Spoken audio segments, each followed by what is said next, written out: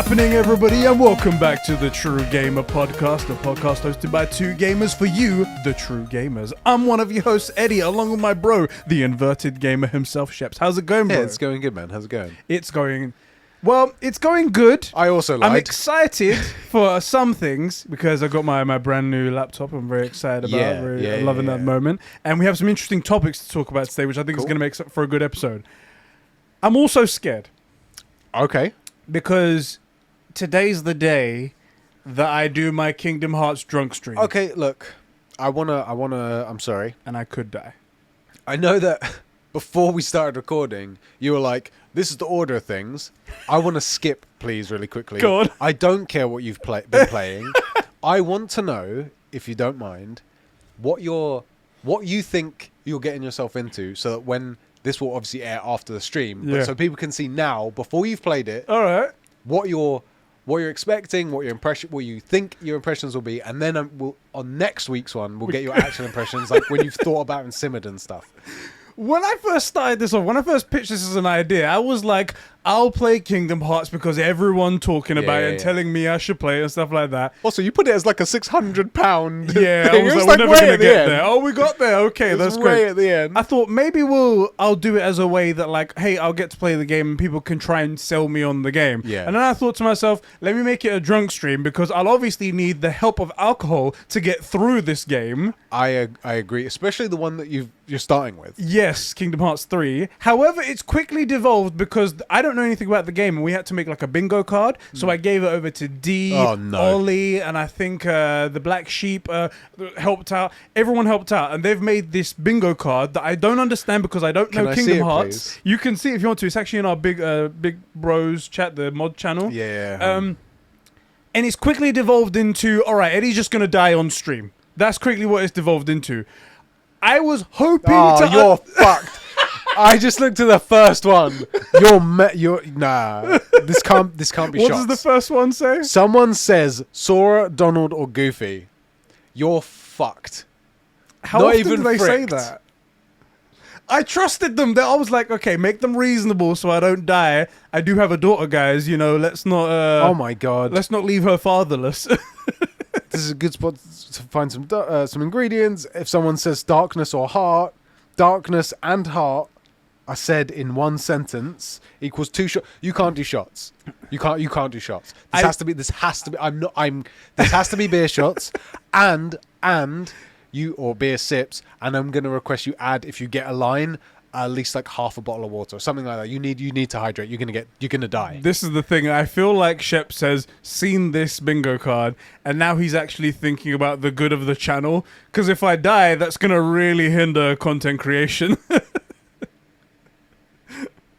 Is this bad? I mean, one of these is the chat has to explain something to you. Yeah, so I looked at it. I looked at it and I was like, okay, so I have to be strategic. Some of them are like difficulty based as well. At least one of these is cutscenes. So this is like, it only happens in a cutscene. But by the way, they know the cutscenes. They know the cutscenes. I know the cutscenes. I was like, okay, so I have to pick like hard difficulty in order to escape these 2 shots. I have to not ask too many questions, otherwise I'm gonna be fucking hammered from that. But obviously, the more deeper I get into the game and the more shots I have, the more I'm gonna lose my mind and not remember what the fuck I'm supposed to do. I'm probably going to do all these by accident. This is funny though. You die at the tutorial boss. Is there a tutorial boss? Well, it's to like show you how the game works and stuff. Because is it a scripted death? They fooled me on this. No. But like Sora, like there are multiple mechanics. So you have like the physical like hack and slash, like sort of strong attacks and fast attacks. But he also has magic. Basic kinds of magic, so you can like heal and do damage and stuff. So you need. But I have the key to your heart or something. Oh my God, I hate it so much. I hate it so much. You pick beginner difficulty. You pick standard difficulty. Okay. Basically, if you want to see what happens, we're recording this like hours before we actually goes live on 3:00 or whatever. You're fucked. But this will be posted the day after. It'll be posted on Sunday, so you'll know what happened. Either you'll see my tweets and I'll be dying, or there'll be my live death. Your funeral, be live streamed on the internet. Which luckily for me, I was planning it last week because of the food poisoning, so it's all planned and ready. Exactly. Like, how is this fair? Donald heals you at the same time you heal yourself. Yeah. That's a complaint, by the way, all of us have. Oh, what, you go to heal yourself, and as you do it, so it just wastes your mana. It just wastes both of your... So that's the game screwing me, and these guys are using it to... Anyway, that's happening today. I'm actually quite scared about it the closer I get to it. I woke up this morning wondering what today's going to be like. I feel like you'll be... Oh, no, some of these are Japanesey, like, anime-type names. They're not too bad. See, this is the thing. With that, I'll be like, okay, I'm not going to say any names. But when I'm like 6 shots in, I may not have the presence of mind. You might as well. What? It's actually a cool section of the game, but you basically can make a starship functionally, and you can like change it out, swap out parts and stuff. It's quite fun. Right. But if you die in it, which you could well die in it, because there's like minigame, you fly through stuff. Okay, all right. I thought you meant like while you're constructing your ship, it just blows up or something. Oh, you're so screwed. You get lost in a level. You're dead. I don't know any of this stuff, but we will find out a little bit later. Okay, it cannot be spirits. This will be interesting. No, do you know what I'm going to do? I think I'm going to make cocktails for the bingo card, but there will be other kinds of shots that people can get me to do. So that's a separate. I feel like if you were to like sit down with whiskey or vodka or tequila or something, you die. This is how you die. Well, tune in, or if you're watching this after the fact, you can go to the video on demand on twitch.tv/Conbrosations. So what do you think the game's going to be like? I think the game is good. I don't think the game is going to be up my alley. I think it's going to be strange.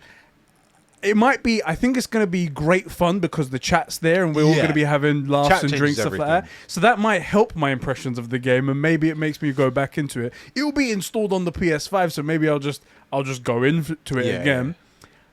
I'm not hopeful that this is going to convert me into a Kingdom Hearts fan. You don't suspect this is going to be the first of...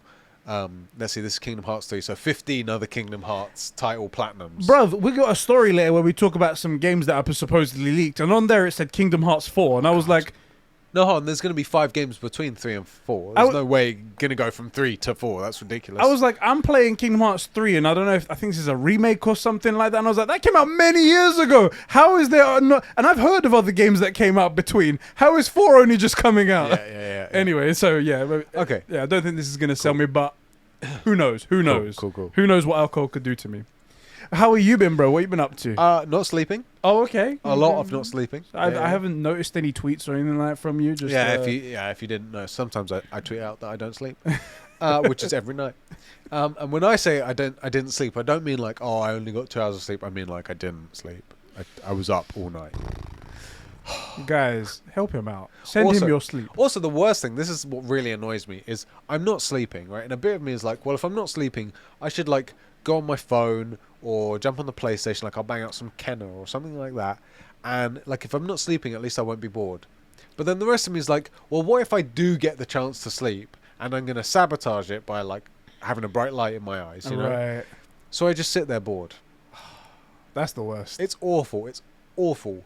I hate it so much. So that sucks. And then my parents got COVID, even though they're both vaccinated, which is like a surprise. Yeah, no fun. But they're okay. It's like for them, it's like a minor cold. They're older, so you know. They are older. So was that inheritance? But you know, that's your first thought. Finally, if we sell the house, then we can get. Then maybe I can afford a sleep therapy. Oh, there you go. But they're okay. But it's just been long because I was actually round there when they found out. Oh, yeah. And so since then, and because you were dying of food poisoning, I've done like 2 of those instant tests a day since like Monday. They're awful. I hate it. Every time I've ever done one, because before I came here, and I also popped a negative again before I came, because I'm not going to risk like I don't care about you, but Isla. Yeah, Isla's the only one in here I care about. Thank God I have her, otherwise he would. Right, I would risk your life in a heartbeat for my own convenience, you know, and for the people at home, obviously. Them too. Yes. But so that's been a ball ache. At those speaking of those COVID tests, every single time, this is how I know I'd make a terrible gay, because every time I do those tests, I throw up. Do you mind? Every single time. I'm like, oh, cool. Just stroke the back of your throat. No problem. Every single time. So I fucking hate it. And I thought maybe I'm doing it wrong, but I've gone to the fucking people to get it done for me at those COVID test centers, and them as well. They shove it in my throat, they shove it in my nose, and I'm like, on the other side. I'm like, I want you to hit that dangly thing that swings to the back of my... I'm sorry. I wish I could help you gays, but I can't. Yeah. What you mean is you wish you were more like them. I wish I was more like them, because then I fucking wouldn't have this problem. I wouldn't fucking... I need to do a test. Actually know a very filthy gay. I'm going to ask him how he is with those tests. Because I'm now genuinely curious. He's like, I'm a pro, bro. What are you talking about? But I mean, would you feel better or worse? He was like, nah, they get me every time as well. Shit. Do you know what I mean? Well, then it made me feel better, because then I'm like, I'm not so bad. You're basically gay already. Exactly. I'll text him. Let's find out. Let me know. Bro. Yes. We're here today because of some super people out there who make this show and everything on this channel possible. Yeah. Some great people known as our super bros who support us over at patreon.com/Conbrosations. Right. Our super bros who pledge to us and make this show possible are Diogo. By the way, I've changed the order, so this is going to throw you off. I felt like there was too many thes at the end of the list, so I've changed it around. Those people are Diogo Dildo, Isak the Ultimate Cumsuck, Sabine from Smallville, Record Friction, the Star Wars Encyclopedia, Adam Sunling, Jeremy Renner, that's right, an official Avenger, the Super Sus Ben Fryer, the Filthy Free Fanatic Joe McCormack, My Juicy Left Nut, Big Boy Billy, and Kevin, the #1 simp.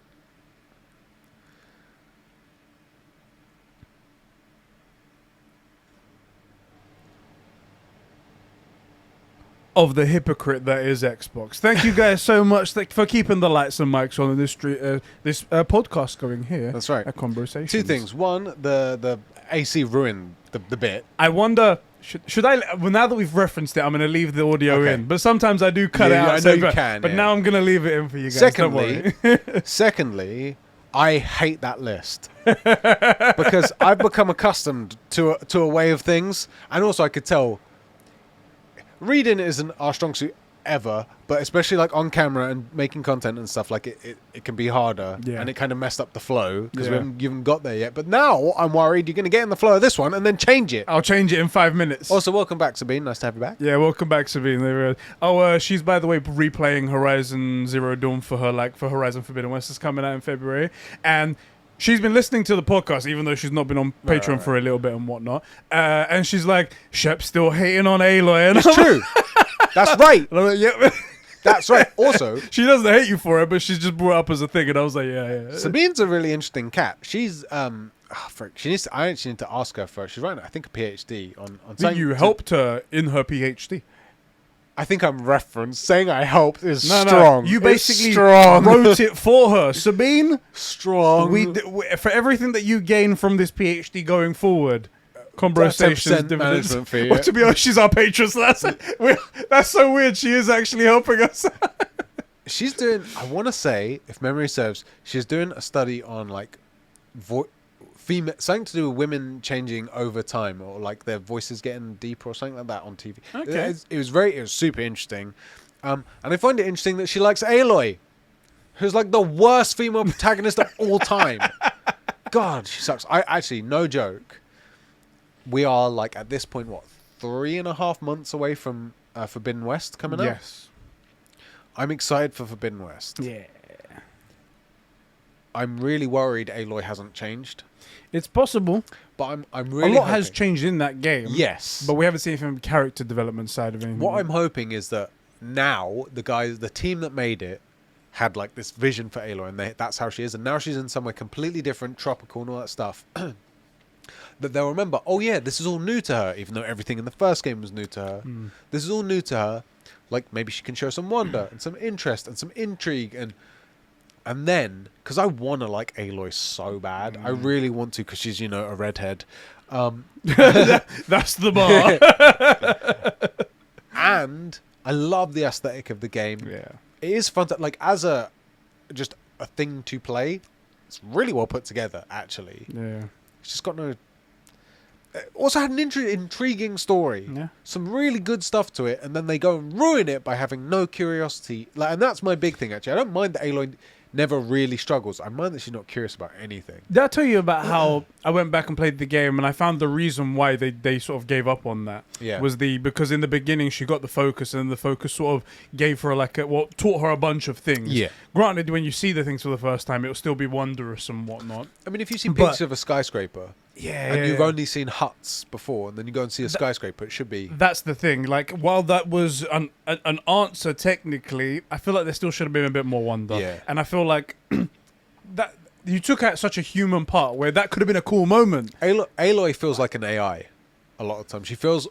Well, that's stupid, actually, because you've been playing Halo. She feels less human than Cortana. Cortana's a human as fuck. Right, so that's one of the things that bugs me, because I think a lot of people might hear my beef with Aloy and be like, oh, you don't like strong women. I'm like, it's definitely not it. Nah. I'm all about strong women. I can, off the top of my head, I could name you like 15. Yeah. They might not be the main protagonist, but like who are incredible, who I love, who have been formative, gaming experience. But I wanted that from Aloy. Man, I want it from Aloy. I really want Forbidden West to be good. Does it. So fingers crossed. Yeah. What have you been playing, good sir? Let's talk about what we've been playing this week. I did want to skip that because I feel like a douchebag. Go on. I have not felt called back to Kenna. I actually do want to... I still haven't beat that thing. It's because you hate rots, don't you? You hate those little rot things. You're a rotist. As previously established, I'm sexist. I don't like that Kenna's a girl. Oh, that's it. Sorry, as we just said. Yeah, right, yeah. My apologies. And she's not a redhead. That's it. Right? Redheadist and womenist. Yep. I'm making up words now. So I haven't felt called back to that. Weirdly, I am back in 2011. I'm like watching YouTube stuff on like how to get like tips and tricks and stuff like that, and watching really good guys play to like pick up what did they do in this situation for Apex. I'm really enjoying Apex, even though I'm getting crushed most of the time. Even though I suck balls, I really I'm do. Still playing this game. I really do. But everyone in the chat right now, they're like, "Yeah, we know that about you, we know. know. So it's We've weird seen because your streams and I'll tell you the big thing for me is I'm waiting on a couple of updates. I'm waiting on the God of War 4 update for PS5. I'm waiting on the Witcher 3 update. Do you reckon that God of War update, by the way, will come around about the time the PC one drops? Ooh. Because the PC apparently will have... Sorry? When's that scheduled in comparison January 14th. There is going to be... That's close to God of War 5 coming out, though. I think they want to give it like 2 months to let people really play. I think they said that there's going to be DualSense support to the God of War PC version. It would make sense that it would come out for PS5 as well. I will tweet Corey every single day with hate mail if the frickin' PC guys get haptic and I don't. Like, we bought the PS5, goddammit! Give us the thing. That would make sense. That would be cool. So, in the absence of anything like genuinely great to play, and I'm not saying there aren't good games out there. I know Alpha Quililila is going to bang on at me about frickin' the Alan Wake remake, which I watched. He streams. I watched him play some of it. It's nightmare fuel. No, thank you. It's like interesting. He even said, "Oh yeah, it's not a horror." I jumped on. I'm like, "Oh, he's playing it. I'll have a look." It's horror. You're the reason why you can't sleep. Yeah, thank you. Fucking Alpha. Mother fricker. So, don't get me wrong, there are good games. There's plenty of good stuff out there to play, but I want something great. And in the absence of like God of War 4 with the PS5 update, God of War 5, Horizon Forbidden West, Cyberpunk, something like that. Yeah. Not Cyberpunk, The Witcher, definitely not Cyberpunk, The Witcher. Or, how do you feel about the Cyberpunk update? Do you think you're going to play it? I've completely lost all faith. To be honest, the update sounded like it was just going to be a visual bump. Yeah. It's going to be like a higher frame rate. It's going to be better resolution, chucking some ray tracing there. Yeah. It's not going to fix... the game's not going to be flawless again. It's not going to be flawless ever. It's not going to be... fix all the content that we wanted in the game. It's not going to be that. If they come out and say, okay, there was a bunch of things we worked on in the background that we wanted to put in the first game, here it is back again, then I'd be like, interesting, I will check it out. If they said, but now I don't care. This is an update for like PC and current gen for all the stuff that we couldn't put into the original game. You saw how rough it ran, but like here's all the stuff that we cut out because it couldn't handle it. maybe I would be interested. Yeah. I think I'm in the same boat as you there. So basically, to just summarize what I've been playing Apex in the vacuum of like the really good stuff that I want to play. So once one of those comes out, I'm going to drop it like a sack of potatoes. Don't know what, I am enjoying it, but like what I really want is to play God of War with haptic. That's what I really want. So until that comes out, I'm playing that. It just reminded me of that meme where it's like men only want one thing, and it's disgusting, and it's just God of War on PS5 absolutely. Haptics. That's absolutely it. But it is strange though, because I'm kind of reliving that, like, you know, those uni years where I'm jumping on, I'm spending hours playing it, I'm having a good time, even though I'm losing like a little bit of the content on YouTube and stuff that I now consume is like Apex stuff. Not that I care, like I don't need to know like weapon loadouts and stuff. Like I know what works for me. I just want to see like how the guys play, and like I don't know. It's weird because I'm like excited to play it again, you know. And I haven't had that for probably like the last 2 years. Well, at least you're recapturing that feeling. Yeah, it's good. Yeah. So that reminds me, I'm going to probably make a group chat with you and P, and we'll see if we can't get us on something. Because also, fun to play with the old guys again. Yeah, like maybe jam something online, and also it's something where none of us care about our stats really. So it's not like back in the day, like, oh, my KD's suffering, I'm not going to play with you guys. Like no one cares, so let's just jam in it. Yeah, we're just here to have fun. Right. So that's what I've been playing. What about you? I have an announcement. Ote? I, Eddie, am officially an Xbox Game Pass subscriber. For the grand princely sum of how much? $1 for 3 months. Amazing! I freaking knew it. I was like, there's no way. There's no way he's paid full price. He's not going to be the only one. Yeah, the only guy paying full price on the service. Come on now. I'm not an idiot. Come on now. So this past week, this was the week I was waiting for, because there's a bunch of games coming out this holiday for Xbox. Well, 2 games, Forza Horizon and Halo Infinite, and actually Age of Empires, which I'm going to talk about later. But that's just for a meeting. I actually want to ask you about that. So let's come back to that. We'll talk about that. And I was like, cool, this is the time to get the Game Pass subscription so I can play these games and try them out so I can talk on the show and stuff like that. So I got that. I also, at the end of October, there was a sale for PlayStation Now for the entire year, $24.99. Yes. And I was like, personally, it's not worth $24.99. But I'm like, I keep talking about PS Now, and I've got the Game Pass subscription. I'm going to get this so I can compare and contrast between them and have the conversation. In fairness, if you think about it, you've got PS Now and Game Pass for $26. That's true. Yeah. There you go. I've got all of gaming ever on my hands. I was curious about PS Now. I was thinking about doing it. I totally forgot. Because I don't sleep, I don't remember anything. I'd be interested to see if you have any updates about it as a service, about what's on it, you know, stuff like that. Well, I'll tell you what. I might have it and I forgot to stop paying Maybe. for it. I'll tell you what. When I subscribed to it, the next day they moved into the next month, and there was an announcement of a new game coming to PS Now, and it's Mafia the Definitive Edition. I've heard good things about Mafia games. I've heard good things as well, and I was planning to get this at one point, but I had too much on my plate. And now it's included in this year's subscription that I've got. And I was like, well, that's great, and I downloaded it immediately. Yeah. So I'll check that out as well. People tell me it's great. That'll be interesting to try out. Talking of games that I also have heard about, which maybe we'll circle back to this, I just want to put it on the docket. I've heard a lot of people say the Marvel's Guardians of the Galaxy is really good. So let's circle back to that. That is something we need to talk about for sure. Yeah. So the games that I have been playing, though, we've been playing lots and lots of Death Stranding. It's been just in my life permanently, and I don't want to get rid of it. You know, you could just go for a walk. And if you want to walk in a wasteland, we live in North London, bruv. Like, just go for a walk in a wasteland. Do you know what? Fair point. Acid point right rain, there. Like, what are you missing? I want to get older when I go outside and rain touches me. It happens anyway. I'm loving the shit out of it. One thing again, just because I never think about this stuff until it happens. Yeah.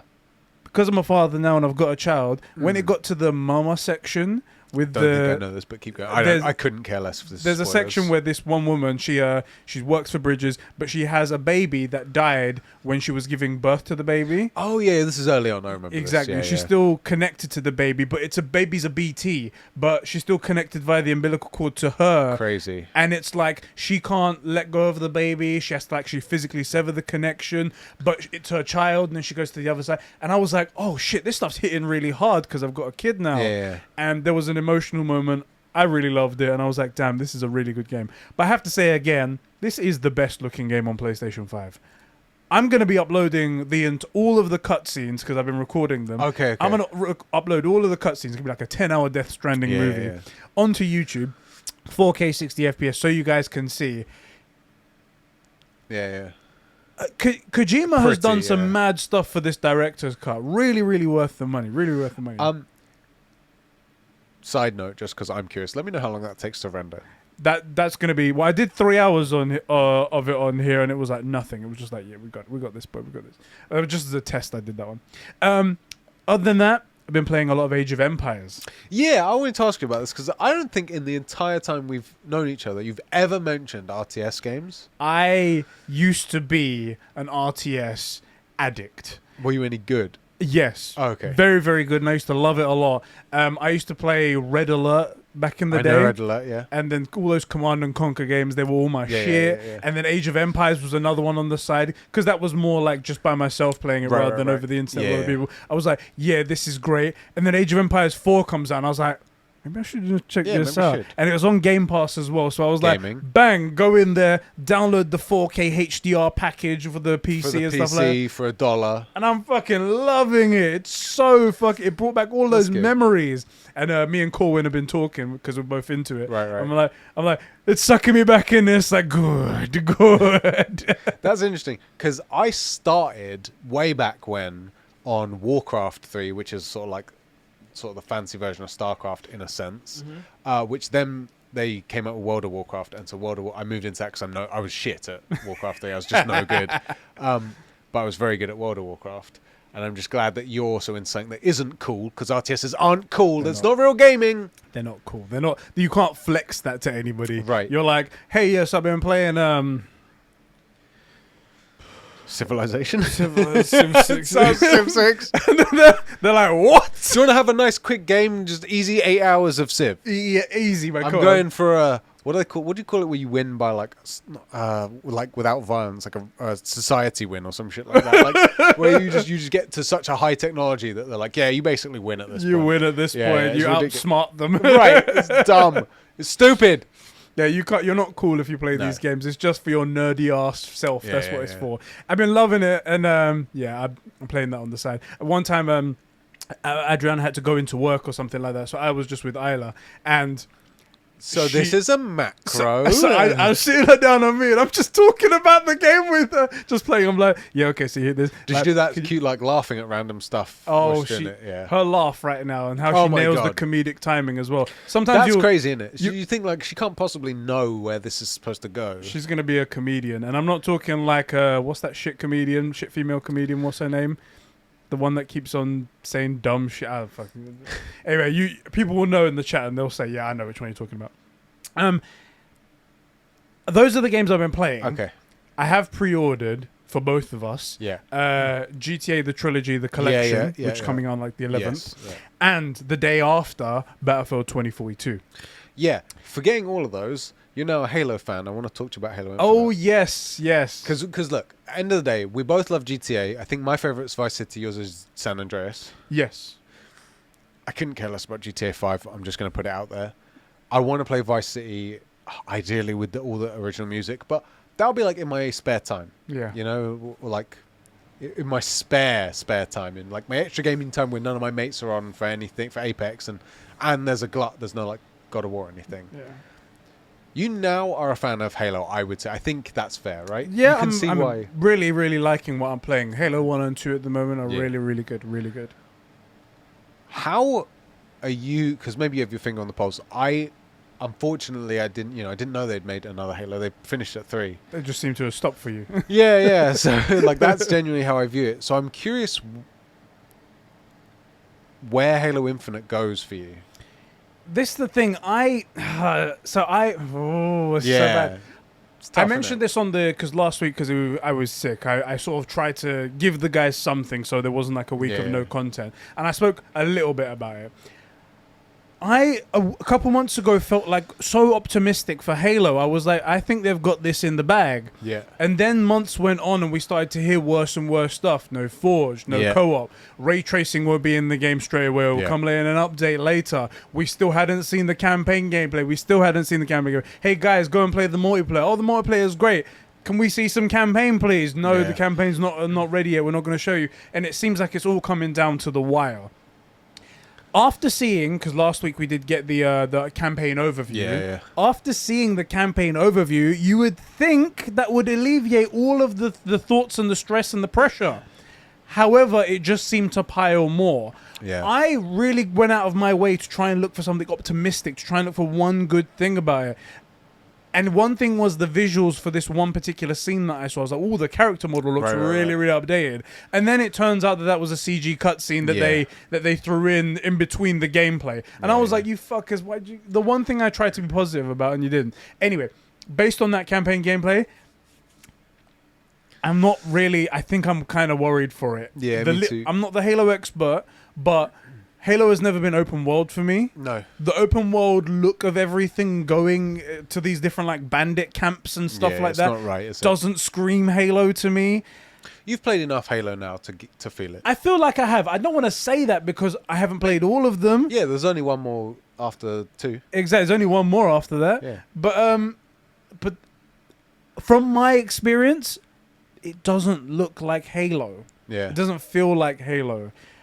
And the only people that I feel like for the majority of people are saying the same things. Yeah. The only people that aren't saying those same things are the worst of the internet that are like, well, it's made by Microsoft, so it's amazing. Right. It's an Xbox product. It's exactly day and date for game, whatever Game Pass fee is, $1 for a year or whatever. But there are Halo fans that are like, this doesn't feel right. This doesn't feel right. Yeah, that's what I thought. How about you? Do you have any sort of feelings? I think I'm not going to play it because they stopped making Halos after 3. However, I think if someone were to, you've done it the right way, which is you get Game Pass for 3 months for $1 so that you can play, what was it, Command & Conquer? Age of Empires. Age of Empires. And if you also happen to be able to play Halo Infinite, that's great. That's the way to do it. And then worst case scenario, you just go straight back to Age of Empires and you go, yeah, Shep was right, they stopped after 3. You haven't even played 3 yet. Trust me, they stopped after 3. Or you go, you know, actually, this is good fun. This is great. I hope it is great fun. That's the thing. There's nothing wrong with the game being good. That would be the best scenario for sure, by a long way. Exactly. Yeah. I want it to be great. And Forza Horizon came out with like 9s and 9.2 or something like that out of 10. Yeah. I mean, it's Forza. Forza always does well. Forza always does well. And I said this as well, and somebody actually wrote in about my comments. I said that racing games are sort of soulless. So it's like I feel that. It's kind of like there's not really much like to them. Yeah. FIFA games as well, kind of soulless to me. But I didn't mean it as a proper insult. I just meant it as like campaigns. You have to write a good story, write a good character. You have to put heart and soul into it. With a car, it's like the car goes vroom vroom. All you have to do, all they do really is update graphics and stuff, and then like the campaign is just okay. You enter these races, you have to win, and you progress the race. There's no like. So if Forza Horizon is good, if they can also bring out a good Halo, and that scores well, then maybe this is the start of the return of Xbox. Fingers crossed. I want this to be where we say, look, yeah, it was split up, but the fact that it came out with the multiplayer and then the campaign and then Forge and then ray tracing, yeah, it's unusual, but actually, it worked out fine. Everything was great. I can't believe we ever worried. Halo's back. Mate, if Halo came back, once you've finished the trilogy, you'll know what I want when someone says Halo is back, because it's like imagine you played God of War in 2007, and then a bunch of people made games called God of War, but you knew it wasn't God of War, and then they come back and they're like, oh yeah, God of War 5's now out. That's how it would feel to me, right? Because that's how special Halo, especially because what I think is very easy to forget. Halo 3 came out in 2007. These games are old, right? But look at the quality of the game you're playing. Yeah. right? And obviously with the updated graphics and stuff, but does it feel like a story from 2006? That's the thing. The graphics may look better than the game that would come out back then, but the graphics don't really sell the game. It's the quality of the writing and the quality of the story. Think about like when we were playing GoldenEye on the N64. How did it look to you then? Back then it was when you play the updated graphics, that's how Halo looks to me in my head. So it looks normal to me. Yeah. Like there's been a 15-year gap in Halos for me. So if they bring out a new good one, good. I'll buy an Xbox. Halo will push Xboxes unless you made a service that you could get it for $1 on PC. Yeah, but it's just available everywhere. Right. So I'm really I want it to be good. I really want it to be good, but I hope it is. I made one bold statement. Oh God. On the last on the True Gamer Plus episode. I said, based on all these features that are missing. Yeah. And based on how clearly hot this game is coming out, this game is being worked on till the last day, I'm pretty sure.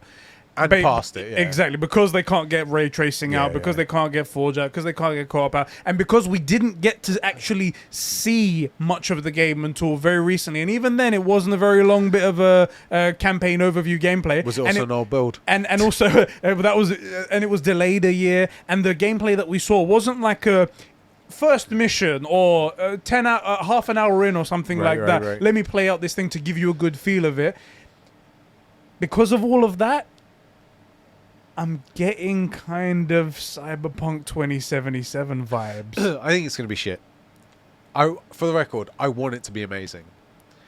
For multiple reasons. One, it's Halo. Halo's so special to me. I want it to be amazing. And you don't gain anything from having a shit game. No. You just get a fucking piece of shit. In fact, we'd benefit a lot from Xbox having some heavy hitters. Yeah. Because, again, like we always say, it will keep keep Sony sharp. And if Microsoft becomes a place, look, Halo Infinite, you can only play it on Microsoft and Game Pass. Yeah. Then they're going to say, I think it's Firewalk doing their FPS game. Yes. Like, guys, you got to compete. You can't just make an FPS. Step up. This is the realm we're going into, right? Yeah, there's Call of Duty and Battlefield and stuff. But like our main competitor as a console producer, as content creation, for gaming, has all of this. This is what they're bringing out. Like, you have to go head to head. I don't expect anything to go to head to head with a real Halo. Yeah. But like, aim for it, Otherwise, it will just be an FPS. It doesn't have to perform because it will be an FPS. Do you know what I mean? It probably will be okay. But if it has to go up against a real Halo, they're going to have to step up their game. I'm going to take a word from Tyler. Tyler says this in the As Always podcast, the podcast that no one should listen to. Maybe there'll be a link in the description, we'll say. But he goes, this Halo needs to fuck hard. Yes. This Halo, it can't just be, it's good, it's all right, it's okay. It needs to fuck hard. It needs to bruise cervixes. It does. Yeah. We'll see. We'll see in a couple of weeks. I'll be honest, I don't think it will. It's a tall order, and everything they've shown doesn't instill confidence. No, and worse, not only have we not seen anything that makes it look like it will, although like the beta was quite popular. The multiplayer thing. 343 have had 2 attempts before and missed the mark. They missed it with 4. They missed it hard with 5. Even worse, like they departed. No one really loved 4. I really want to try 5 because not because I feel like it'll be a good game, but because the way apparently it missed was because apparently it was like misrepresenting. The trailers apparently really pitched a Halo story with Master Chief, and apparently don't play as Master Chief. No, you don't. You play as Locke. That's some bullshit right there. On that note, on trailers, before, and maybe we'll make this a video, before you play Halo 3, I want to sit you down. We're going to watch the promo material. So I'm going to take you back to 2006, early 2007.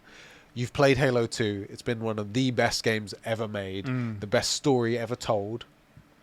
And you're waiting for Halo 3 to come out. And this is the thing, you start seeing it on YouTube. You start maybe YouTube. You start seeing it on TV.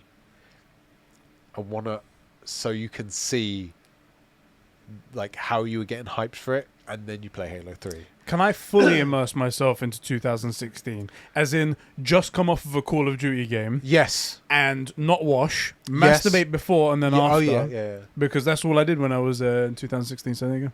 16 or 6, either way, the same. And ideally, you know, get given some homework, don't do it. Yeah, don't do it. Right, Yeah, throw that to the side. I still wear my school tie because I just can't bother to take it off. I just jump straight into Call of Duty. Oh, God, yes. So I want to do that. All right, I think that's a good idea. And that will be True Gaming. Talking of True Gamers! Exactly. This is the True Gamer podcast. That's right. Coming to your eyes and ears every Saturday. Well, technically today will be Sunday. Anyway, here on youtube.com/ Just search for the True Gamer podcast. That's probably what I have to do. Here on YouTube and on podcast services. If you search for True Gamer, anywhere you'll find us because we're True Gamers. If you're watching over on youtube.com/ just YouTube. If you can hit that like button, that will help us out. And if you enjoy what we're doing here and want to see more content, hit the subscribe button and hit that notification bell for occasional notifications when we do stuff. It's funny you said that. I just got a notification just now, which I just closed, from a video that was uploaded 2 days ago. Oh, great. So sometimes occasional mistimed notifications. Maybe it'll work, maybe it won't, but you know. And if you're on podcast services, we'd greatly appreciate if you head over to places like Apple Podcasts and you rate us 5 stars. It really helps us out. Those places are really good for our growth. Thank you so much for that. If you like what we do here and if you want to take your support that extra mile and go that step further, you can go head over to patreon.com/Conbrosations, where you can kick us a couple of bucks each month and you can get great things like exclusive access to the Conbrosations podcast, our unfiltered, nothing held back podcast where we talk about anything and everything in our lives. Also, the True Game Plus, a supplemental show to this podcast where I talk about all kinds of gaming stuff that's going on in the world. Yeah. And at the $5 tier, you get to be called our True Gamers and read out on the show, just like these bros, these great people. Are they great people to you, sir? I mean, yeah. They support us, but you know, it's that kind of relationship. It's a love-hate relationship. Yeah, they forced us into making this podcast for them, and now we're just here every week. Just please. We're just phoning it in at this point, isn't it? Yeah, because of these guys. Right. These people who support us at the $5 tier are True Gamers. Oh yes. I was like, why did you mention this? You don't have the list up. I can see.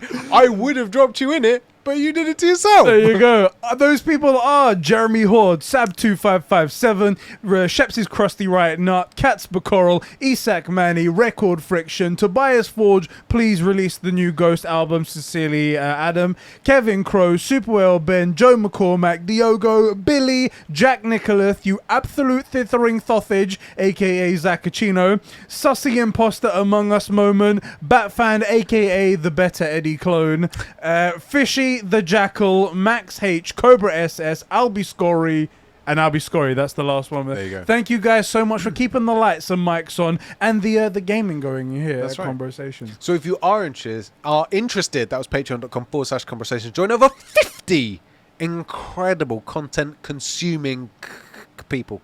I was gonna say we need another C word there. I can only think of one. Yeah, I can't. We give them enough shit. Let's leave that one. Yeah.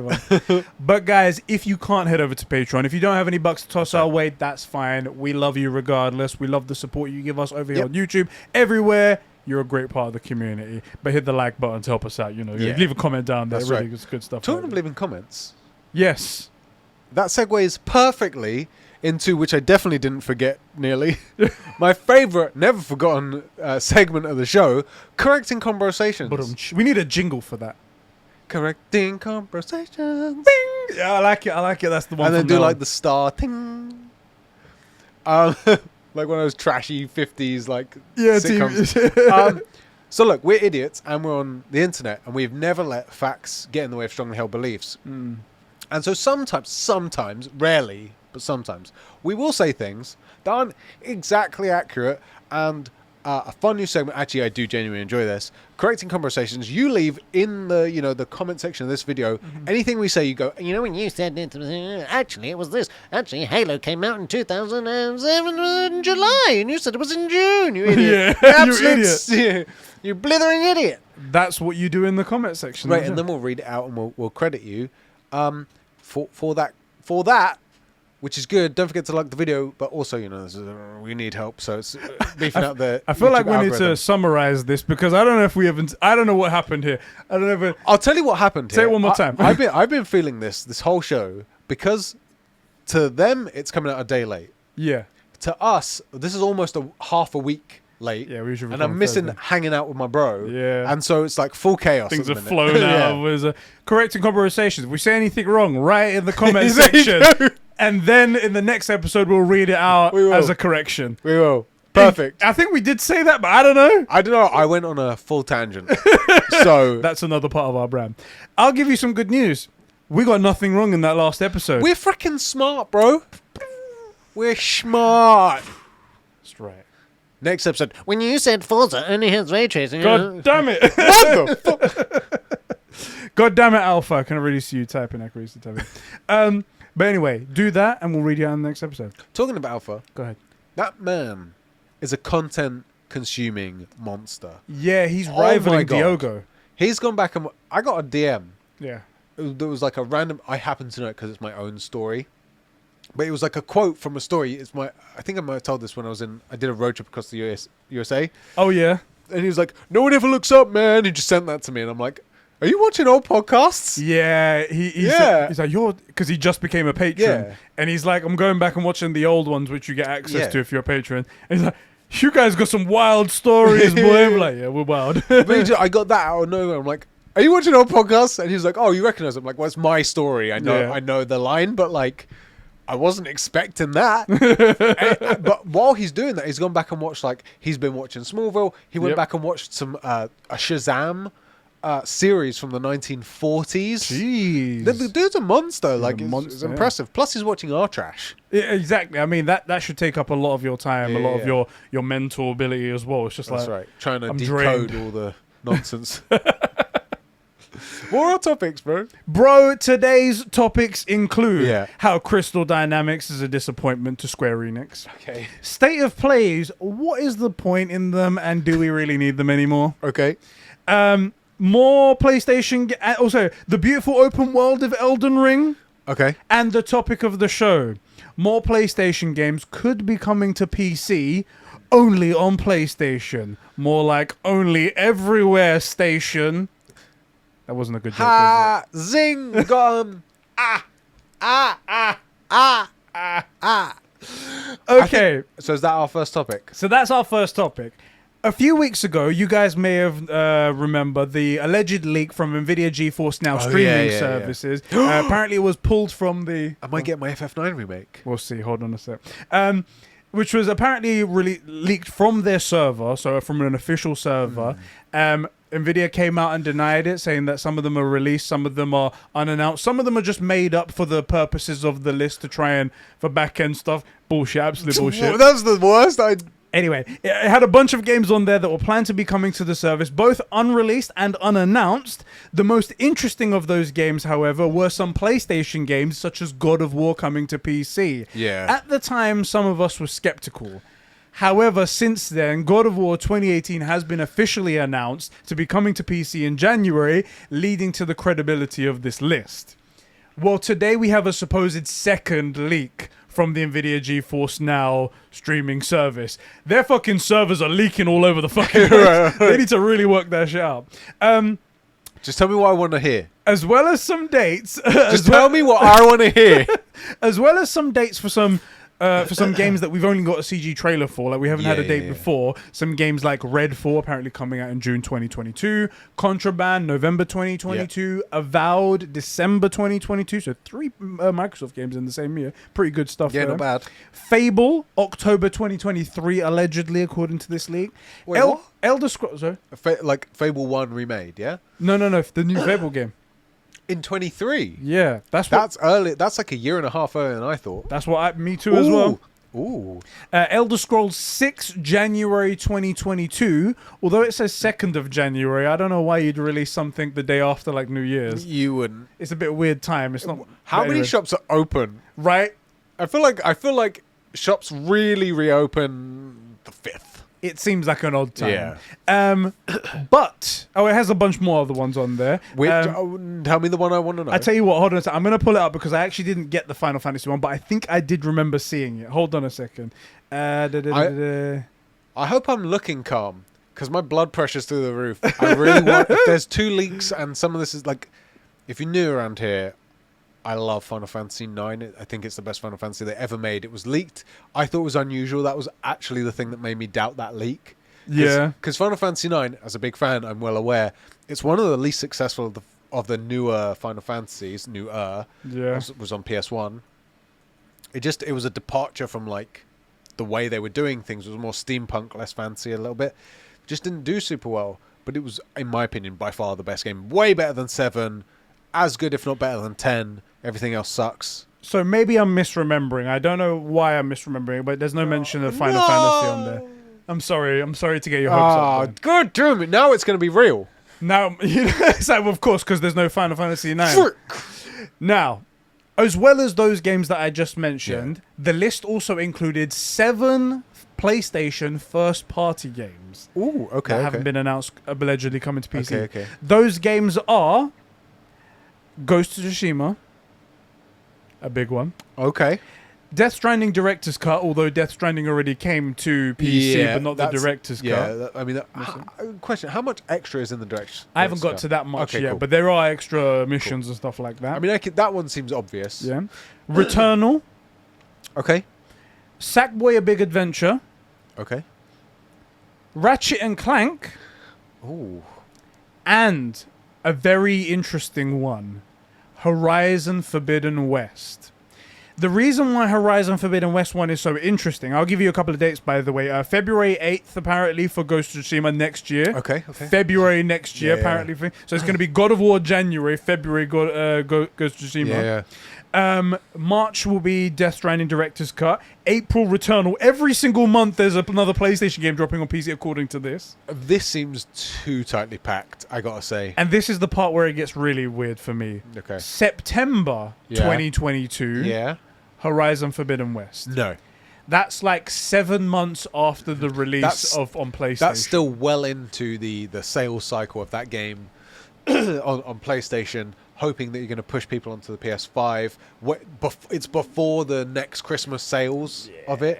Like I feel like if they said January 23, I'd be like, it's sooner I thought, but okay, maybe. That's my thoughts on it as well. I saw this list and I was like, I don't doubt that PlayStation games are all going to come to PC now, especially after hearing God of War. I was like, for sure. Yeah. I'm convinced now every game is going to come to PC. It's just a matter of when. Yeah. We did have the conversation that too soon really lowers the value of PlayStation. Yes. If you go too soon. Not necessarily. We had I'm more on your side now, by the way, that you're saying like making PC gamers buy a PlayStation 5. Yeah. I think they're going to be stuck in their ways. They want to play on PC, they'll play on PC. But this is still money to come into the ecosystem. However, the power of the brand still lies in the balance here. It still lies in the fact that most of these games can only really be played on a PlayStation. Yeah, and they're played well after the hype of it's gone, where the conversations disappeared. Now you're just playing the game because you want to play the game. And 7 months, I think, is far too soon. Way too fast. That makes me think it's not real. That, in my opinion, says it's fake. The other thing is, and here's Ghost of Tsushima is technically 2 years old. By the time that comes out, it'll be 2.5, maybe 3 years old. Yeah.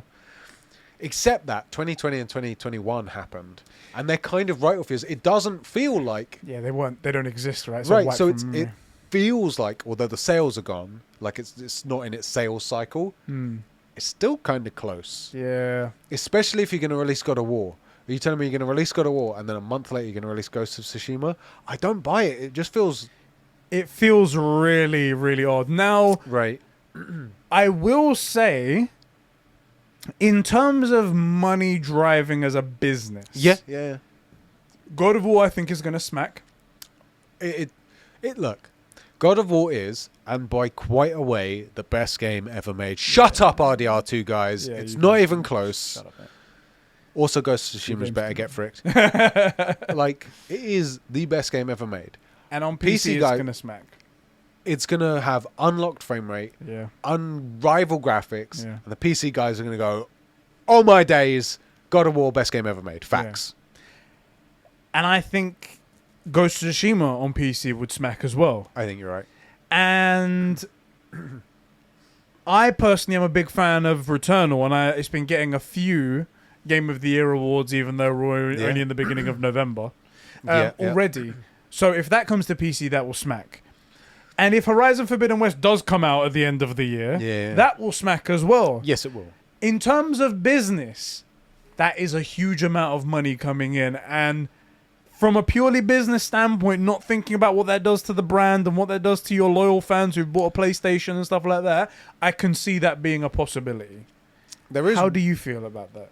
A little bit of me thinks it's too much too soon, not because I'm a salty Sony pony, but because if this many games coming out this quickly, and you're already looking at 5, if you go into a scalper, 600, 700 for a PS5, well, parts are much more readily available for PCs than a PS5 is.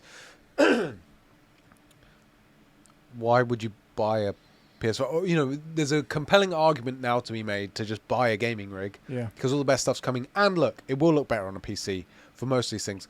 Weirdly, though, Ratchet and Clank, I suspect that will not be a very good game unless you have a very good PC. Yeah, I think just saying about those portals. It's worked. I think they've really, as much as they can at the beginning of the life cycle, really squeezed a lot out of the PS5 for that game. Yeah. And I think it's hard to imagine, especially because that the PC is not going to have the same sort of great architecture that works so seamlessly, and the bandwidth and the pipelines between all the parts are optimized so beautifully. It's going to be running on the inefficiency of a PC. Running specifically that portaling sequentially is going to run up processing power in a way that like a similar looking game just shouldn't do. Yeah. So I do think that anything less than like a pretty decent mid-level gaming rig might actually struggle with it unless they work something out and it's... I'm sure the engineers will make it work somehow. I'm sure, because you don't port the game. They can't change the game from what it is, so they'll work it out in a way if they are going to port it over, and they'll make it work. Whether it means toning down this or draw distance, whatever it might be, they'll work it out. But that is one possible way that we could look at it and go, I wonder what the differences are. Let's have a look at the side-by-side comparison. Yeah. Side-by-sides would be interesting. And I think it's not to say, look, I'm definitely not saying the PS5 is more powerful than gaming rigs. What I'm saying is the point of the PS5 is its hard drive, it's its SSD, and how that is able to leverage functionally power that isn't there, right? So it's too much too quick, though. I do genuinely think that. Because the other thing is, how many of those guys, let's say, I don't know what the percentage is, but how many of those guys would have PS5s and would have got it on PS5 but are now going to get it on PC because it's just half price? Yeah. Because PC games, for some reason, are half price, even if you buy them digitally on the PlayStation. I had a look at Battlefield 2042 on PC, and it's like $39.99, and I'm like, that seems unfair. It does seem unfair, especially if we're buying it digitally. Why is it different? It's one of the main reasons, and PC guys, you have to accept this part of it and whatnot, is because if it does go too expensive, it will just be pirated. Yes. So that's the thing. They have to make it lower because they're holding them ransom. Yeah. One of the shitty parts of the whole like PC argument and whatnot, but there's a lot of shitty things to PC. They'll pirate stuff, unlimited hacking. Can I ask you a question? Yes. This is we'll get back to this. It's sort of related. One argument that I've been hearing about is that PlayStation now bringing games out on PC. Yeah. Should PlayStation offer PlayStation users who have bought the game already cross-buy for games on PC? So they have already bought the game, they bought it at launch, wherever it was, on PS5, and let's say they have a PC. Should they be allowed to play the game again because they already paid for it? It doesn't affect, obviously, PC gamers that are going to have to buy the game for the first time when it comes out on PC. But should cross-buy be a thing? A bit like how Microsoft does their Play Anywhere thing, where they go... Yeah. I think it's a pro-consumer move. Thing is that it only became a practice when Microsoft came out with their Play Anywhere strategy, because they were forced into that strategy. Yes. Because it was desperate. They needed to do something to get people to buy their games because people weren't buying their games. I think long term, if I'm Sony-san, Mr. Sony. Yes. Monsieur Sony. Monsieur Sony, so that's the Japanese That saying, is the Monsieur Japanese Sony. way of saying it, yeah. I think I would want to make it that it's not just a PlayStation game, but the way you want to play it is on a PlayStation. So, no? That, like, the reason you buy it on the PlayStation is to experience it the way it's supposed to be, especially PS5. Haptic, the DS5. Like, that experience, not tucked away in a gaming den that smells of farts and your cummy sock, you know? Like... I'm in two minds about this because But I can see what you're saying, like, because you own the game, and if you're playing it on both places, why shouldn't you get to? Or maybe they link it to PS Now, because that's the thing. The way that I see this happening, the way that I think that this would be good is that if PlayStation were to make their own launcher, and it was to be the PlayStation Store, and you go and buy a PlayStation Store for PC, then they get 100% of the profits rather than having to cut it with Steam and stuff like that, and. That was the way that you got to play it. Like they link it through your account. Maybe you have to be a PlayStation Plus subscriber to do this kind of thing, and it's one of those additional perks. It would be a really pro-consumer move. See, that's already setting off alarm bells for me. But that's the phrase. thing. But when people say pro-consumer, they don't consider what that means for the company. Now that does mean revenue lost. Yeah. And then in the end, that affects me because the next game doesn't get the funding that it needs. Right. And it's one of catch-22 situations. Sometimes pro-consumer doesn't mean getting what you want. It means the company gets to make enough money that they can fund the next project. It's people who use those kind of terminology are either super cheap. Frick 'em, they won't buy any games. They're on Xbox. You see the guys. You see those numbers. Either they don't have the foresight to look 2 steps in front of them, or they're people like Phil Spencer lying to you to try and get you to buy something else. Because that's when Phil Spencer's always like, we believe this is something that gamers should have. It's like, yeah, but what about this, and this? I won't talk about that. I can't remember what the tweet was, but you shared it, and it was the numbers of a game purchases on the consoles, and I forget what it was, but it was like, I'll make up the numbers. It was like 2 million on PlayStation, 2 million on Switch, 400,000 on Xbox. Guardians of the my apologies. So it's Capcom's. Yeah. Capcom's sales for the entire financial year 2021. They announced it was something. It was all the numbers like 3 million that. This is how many games we sold on PlayStation. This is how many games we sold on PC and Switch. And then when it came to Xbox, it was 400,000. All games that they've made for Xbox sold 400,000 in a year. And it was in millions. It was like 2 million or 3 million for both the PlayStation and the Switch. And the thing is, what I take from that is nothing to do with the gamers. That this is a company problem, and Microsoft has trained their consumers to not want to pay for games. And it's toxic, and it's nothing to do with those people.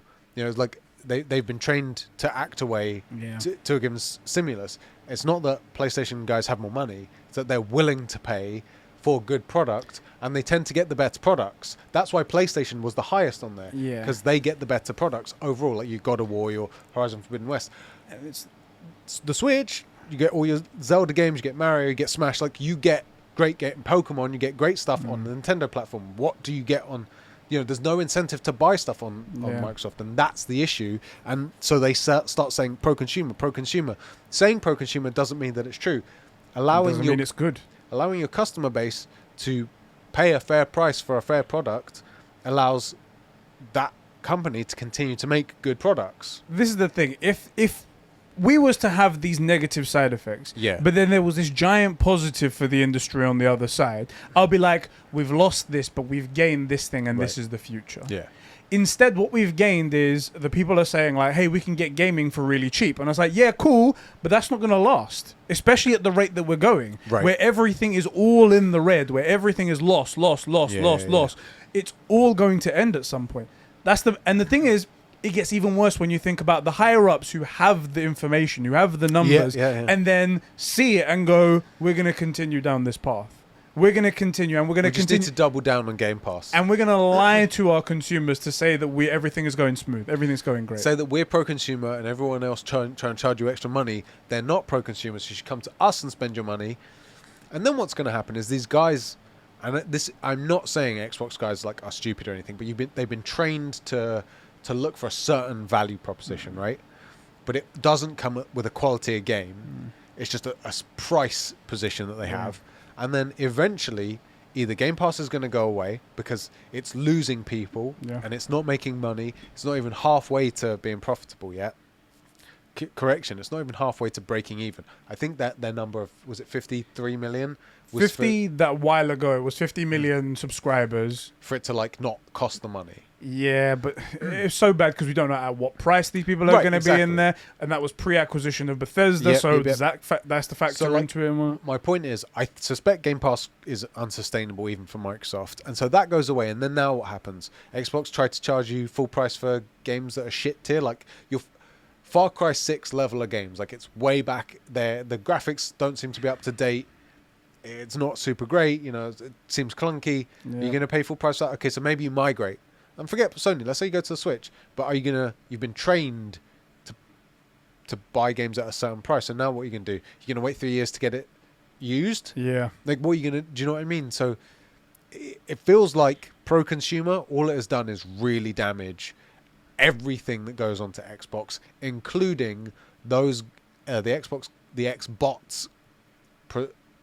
predetermined notion of like what's worth money. Yeah, what game is worth, what my money should go to, and because how much games should I be. bet those guys go to the movies and they don't try to get into movies. Don't get me wrong, I'd love to go to movies for like $2. Yeah. But like they understand that if you're going to go see the new James Bond and buy popcorn and stuff, it's an event, it's a thing, it's entertainment. There's a cost this much. Right, to get that experience. And they've been sort of told, yeah, you can do this for, you know, way cheaper. But the movie's going to suck as well. Like, I feel really bad for them. It's a whole thing, and I'm waiting every day to see like how this is going to unfold, and we keep seeing more and more things as sales. One more thing about sales, and want to bring it up. Guardians of the Galaxy, we got the initial numbers of that being sold. 63% of the sales were on PS5, 19% of the sales were on PS4, and 18% on Xbox in general. So 82% of the sales were on PlayStation platforms. It just shows that like people aren't buying games on Xbox. Right. And it wasn't on Game Pass, so you can't even say they went and did that. It's just a game comes out, and the game came out critically. People loved it. People are saying that it's really good, but still, that's not enough because the price for people on Xbox now is just whatever Game Pass subscription is. So this is my issue with like games going to PS5 or PlayStation games going to PC. Well, it will come to PC eventually. It will come to Game Pass eventually. I suspect is the mindset. Yeah. So like it's not worth the money. It will come to Game Pass, but also because of Game Pass and because of the quality in general of a lot of the games on there, and you can't blame guys, the Xbox guys for this. It's not worth the risk to pay full price for a game because the games you're getting aren't worth full price money, so it's not worth the money. It's not worth the risk. So like they're being trained, not that they're stupid, right? Because we're being trained as well. We're being trained to pay full price for games. Yeah. But we're also being trained to be critical of them. If it's not worth the money, we let people know about it. We return it, you know? So like I think that's better.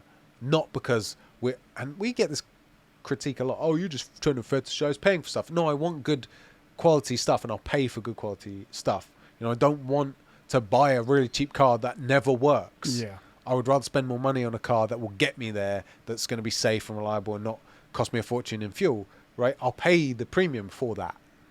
And in the same way, I want my content, my games to be high quality, entertaining, fun, tell me a good story, and I'll pay the $70 odd for it. And if you part of that thing was to be like the money that you spend as well will help ensure the future of the next thing that you want, the next great thing that you're going to get to consume. That's part of it. It's also how you vote. You know, we have said always like vote. You vote with your money, right? If these guys that made Guardians of the Galaxy, they look at their previous game, that one did shit. This one did great. Well, let's make more like this. Yeah. What did we do? Okay, well, what was the gameplay mechanics? What were the stories? What were the things that everybody in the forum saying they love? What's the stuff that everybody in the forum saying they hate? You know, what are the go on YouTube? What are the best fail moments, like okay, like glitches that people hated, or whatever. Yeah. Okay, cool. Now we have a picture of what we did, maybe accidentally. Yeah. More of that. You can vote with your money. Yeah. Anyway, real key takeaway here: PlayStation bad. PlayStation's the worst. Toxic, PlayStation's the worst. I actually have a really funny thing to talk about PlayStation, the hypocrisy is going on. But let's get back to this topic about PC games PlayStation games coming to PC. Oh, yeah, that was the topic. I put we get on tangents here, guys. I put the question out to people on Twitter just to get like a random sort of thought, just because like I want to know what people are feeling about it. I said, honest question, how many of my PlayStation fans feel like the fact that PS games are not likely to be PlayStation exclusive forever and come eventually to PC is the end of something big? As in, like, is that the end of like PlayStation, like the exclusivity, the only on PlayStation feel, and why? I said, and a couple of people wrote in. Thank you everybody for writing in for all of you guys. I'm going to kick it off first of all with Kuba. He wrote in, remember this is Twitter, so there's very short answers here. He goes, I bought a PS5 for the exclusives, but if the games are coming to PC at the same time, it's a bit of a waste. And I said to him, I feel that too, but how do you feel if it's not the same time? Again, just asking to like cover all the bases. He goes, it still takes away from owning a PS5 in my opinion, but it's not as bad if there's a significant amount of time between the console and the PC release. We agree there. Yeah. Mario wrote in and he says, you can play games on Xbox games on PC too.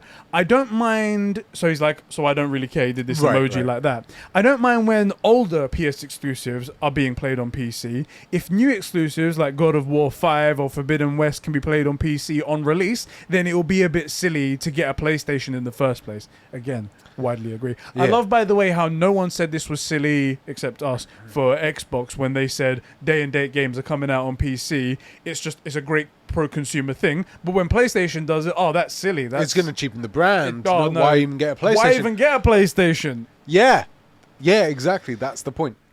Jake Ryan wrote in and he says, as long as they prioritize PlayStation version and make sure that it's the best it can be, then they can make whatever PC version they want. That's really good as well. I do see them as two separate entities where it's like, as long as they make the PlayStation 5 version great. Yeah. I'm a console gamer. That's what I like. That's what I want.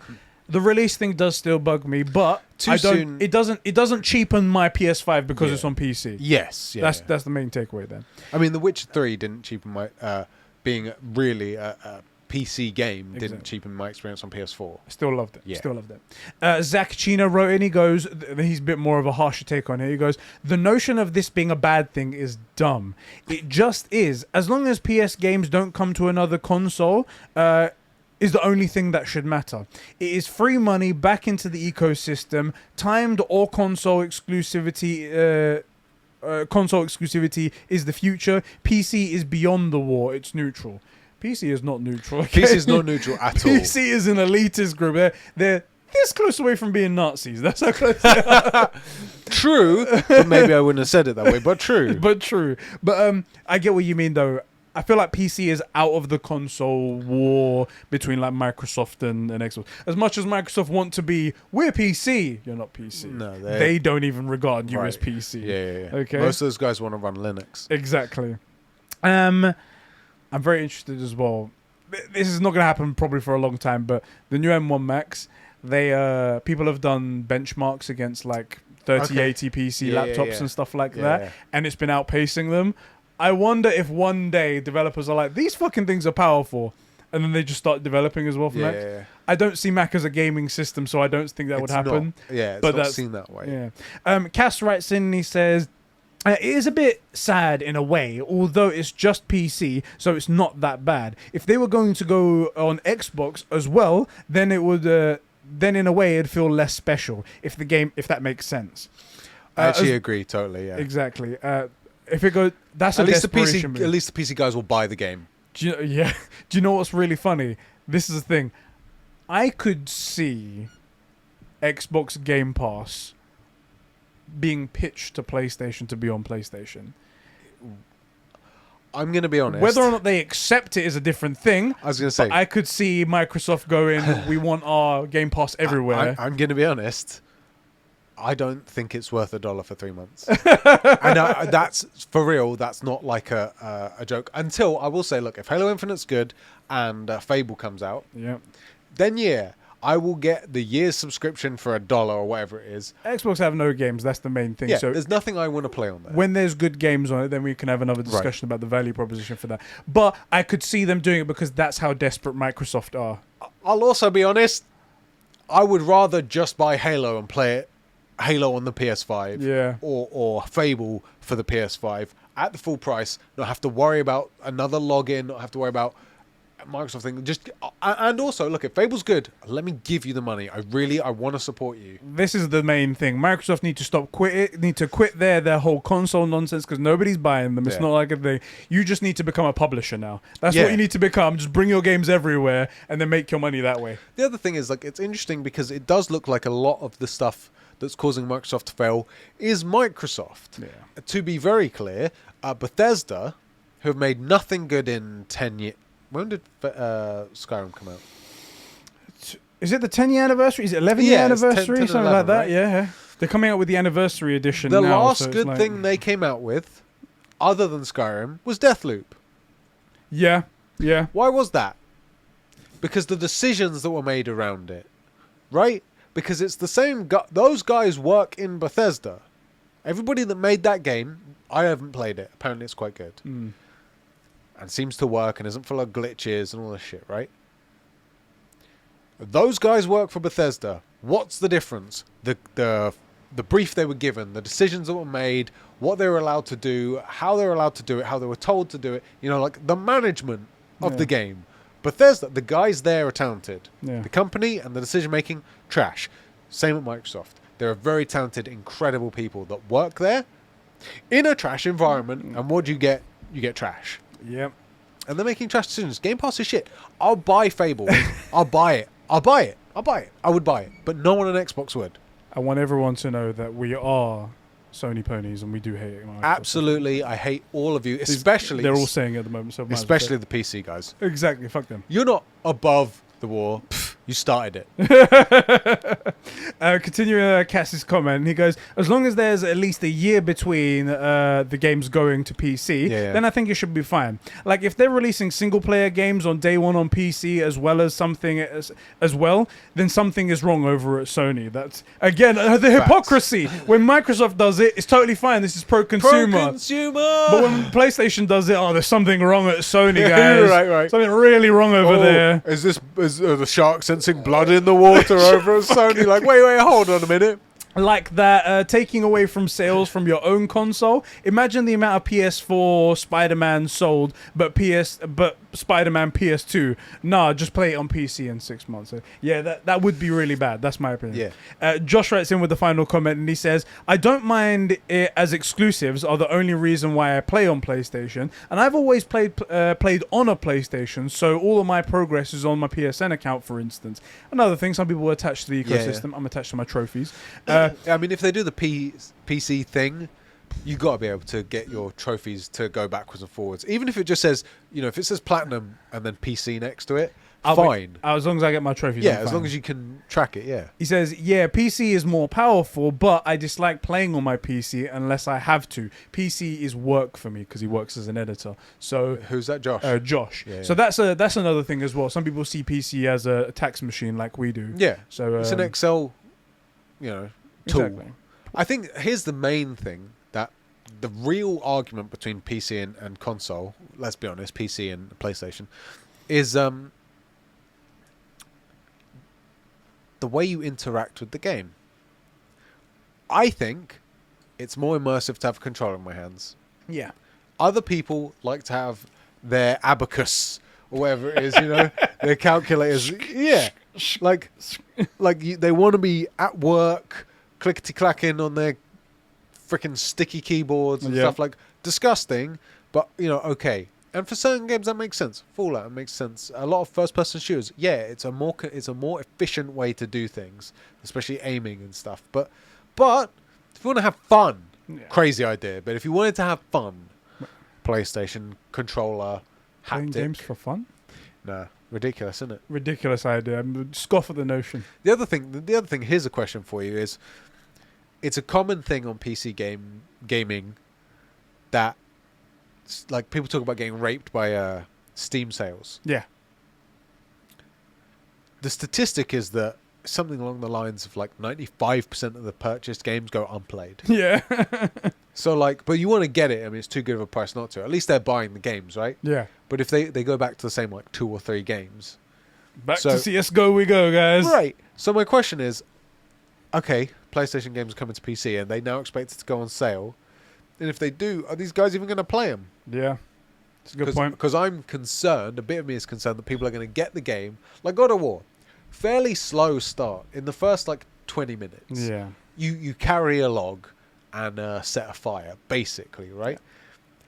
22 and a half minutes in, it kicks off. Yeah, really kicks off. Troll fight, fucking everything. But if all you do, and then you teach your boy to shoot a bow and arrow, deer, shit. Yeah. So if you only play the first half an hour, God of War shit.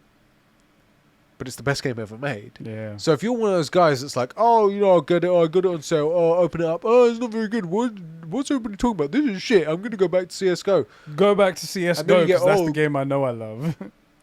So I'm genuinely... Or if you're cool and go back to Doom. So he was saying that Guardians of the Galaxy is really good. He said that, and the Black Sheep as well. We'll come back to this in a second. Yeah. They're saying that it's very, very good. And I remember leading up to it, we was all skeptical. We're like, this isn't going to be that great. This is going to be quite awful. They did something really weird. They showed some promo footage, and in that footage, they cut out a bunch of like heart. Yeah. So there's like you and or Peter Quill and Rocket have an exchange, and they just cut that out, presumably because there's options, and something really static happens. Perhaps spoiler-ish as well, something like that. Yeah, maybe you just don't use that frickin' section. Then. Maybe, yeah. But apparently... But you cut it out, and it just seemed like this game was soulless. Yeah. It seemed like it was just And then the music that they showed off in the Twitch stream was like not the actual music, so it was crap music. It was not good. It didn't fit. It wasn't paced right. And the fight just seemed weird and odd. And lackluster. Everything seemed bad about it. But then the game comes out, and everyone's like, oh my god, this is amazing. This is great. And it's really good to have another Marvel game, first of all, that's not like Sony first party doing good. Yes. All we had was Marvel's Avengers, and that was...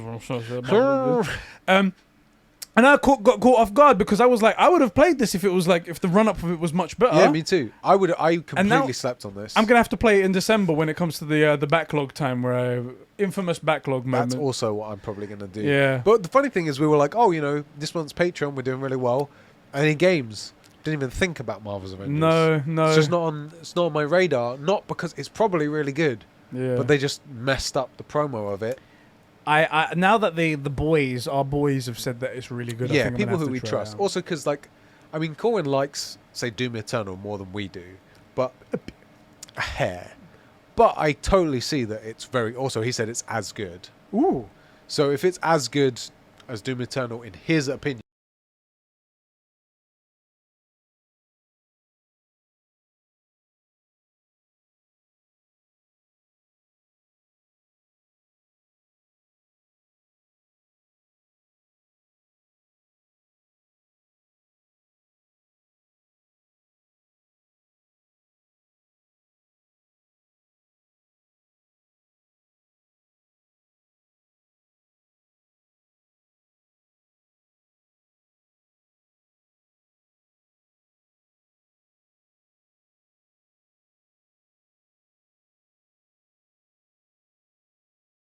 It's probably a very good game. Doom Eternal, by the way, Britt. Have you played the DLC? No, not yet. Yeah, I need to do that too. Yeah. Add it to the list! Add it to the list, boys. The list is just ever growing. Yes, it really is. So one final thing. Yeah. First of all, if this list is true, and Horizon Forbidden West is coming out 7 months after PlayStation release it. Yeah, no way. If it is, how does that make you feel about PlayStation? That's a terrible move. That is not it's coming. No. You need at least your year because then we're talking about training. People saying Xbox are trained to do this and PC guys are trained to that. We're trained to buy games at Cyberpunk. That's training PC guys. Everything comes to PC and it comes quicker than before. Don't even have to wait that long. 7 months? What's that? And even then, it'll push maybe even a few PlayStation people off of your ecosystem because they're like, I can go to PC. And my next investment could be to a PC, could be to this, and instead they won't buy. And instead of buying a PS PS4 Pro or PS5 Pro, whatever comes out, I can just start upgrading my PC and constantly evolve it. Yeah, the like $600 would have gone for a PS5 Pro. I'll buy a nice graphics card for that. Right, yeah, there's a lot of things that you can say are pros for PC. Yeah. You know, and now there's no reason to stay on it. Okay, you have to wait 6 months, so what? It Give really me 6 does. months extra time to save up for the game. If that's true, that's a mistake. That's a huge mistake. However, I don't believe it because it's literally every month a PlayStation game is coming to a thing. They would stagger it a little bit more than that. Minimum 3 months. Exactly, between stuff, right? And crucially, Horizon Forbidden West I don't think would come out with under a year. It's a AAA title. It's got to be a year minimum. The only thing that makes me think that maybe, possibly, kind of maybe, is that with God of War, it's coming out a little bit before God of War Ragnarok, so it can promote the thing. Yes. I asked the question, I was like, oh, so God of War Ragnarok is the end of the Norse saga. Yeah. So when does that come out? It's not going to be promoting the next game, so there's a bit more freedom to when it should come out. Would it come out fairly soon afterwards? I don't know. If Horizon Forbidden West is the end of that saga, this trilogy, the 2 games, I should say, this duet of games, then maybe they don't see a reason to keep it on PlayStation for much longer. They should be like, oh, let's go like that. Maybe. But like, I get what you're saying, that if it's like the end of a thing, then you don't have to worry about the long tail. Yeah. Right? Because there's no next game to push. So you can't like release it before the next game and ideally push the sales of the upcoming game. It's just, let's get more money to a new audience. Let's just go. Right. And look, we had it for 7 months.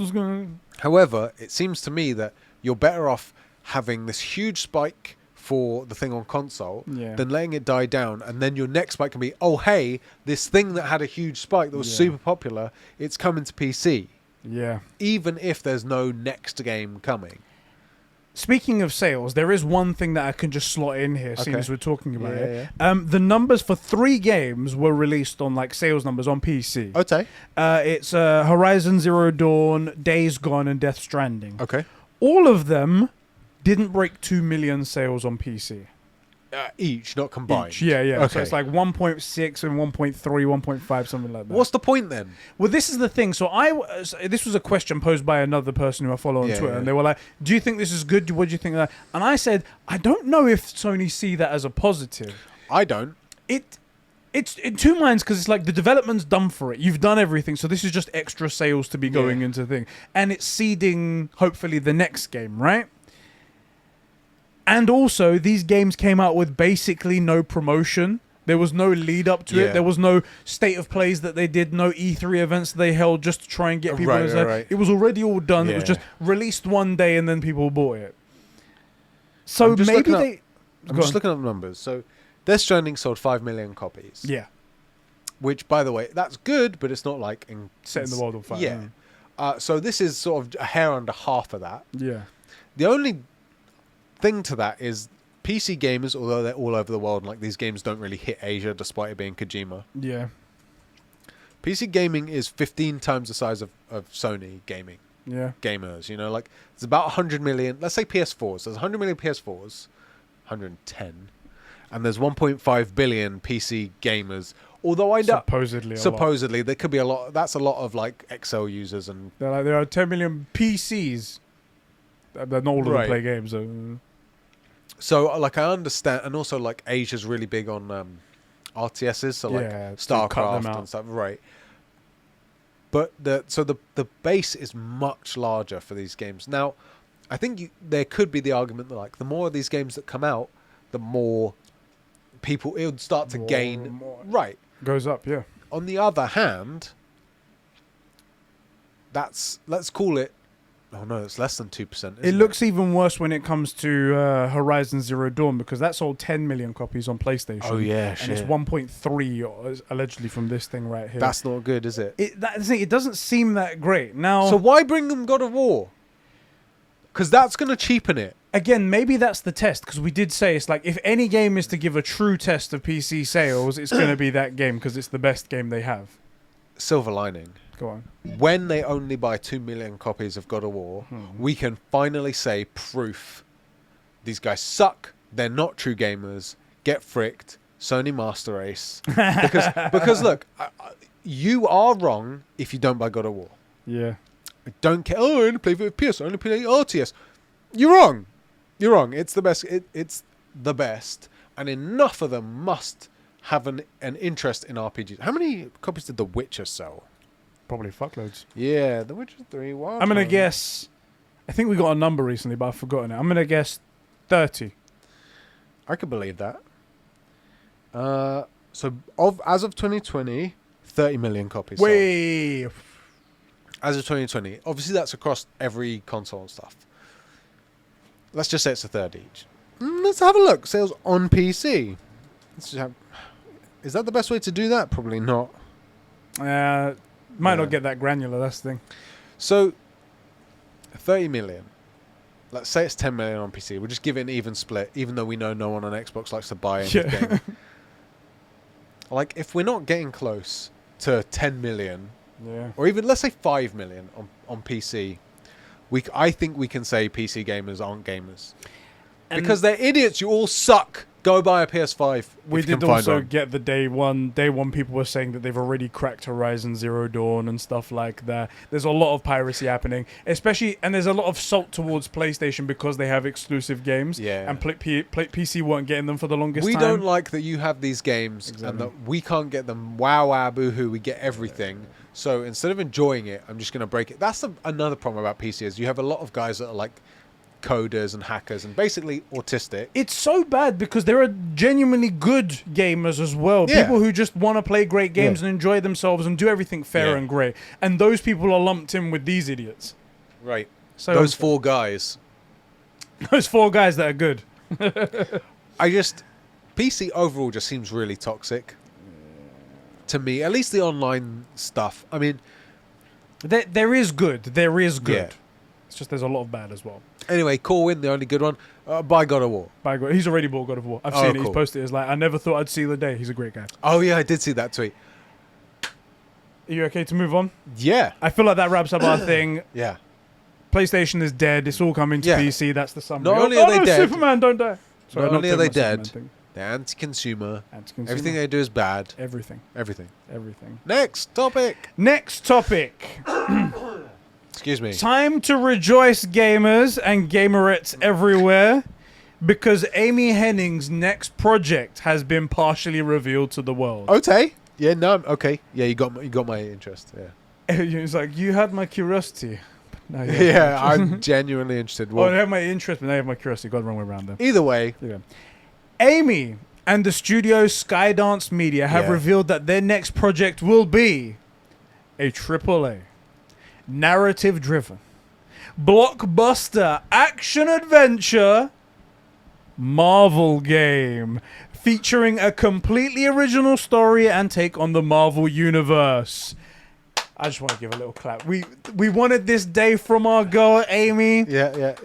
All the shit that she's been through since she left Naughty Dog with EA, all the messed up crap that she had to go through, her project getting thrown away just because it wasn't monetizable and stuff like that. The game we really wanted was their ragtag Star Wars game. Just got thrown to the trash. I'll take this though. This is great. This is great news. We don't have much information other than just the fact that it's going to be narrative-driven, AAA quality, blockbuster action-adventure, which is like her bread and butter. Yeah, that's what she does. And the fact that it's a Marvel game, fantastic as well. I can't wait to see what this is going to be. I'm super excited. How about you? Amy Hennig has been on pretty much anything she's been on has been good. Let's say that. Yeah. What has she been on that's not been good? Well, the thing is, the last thing she's been working on was Uncharted.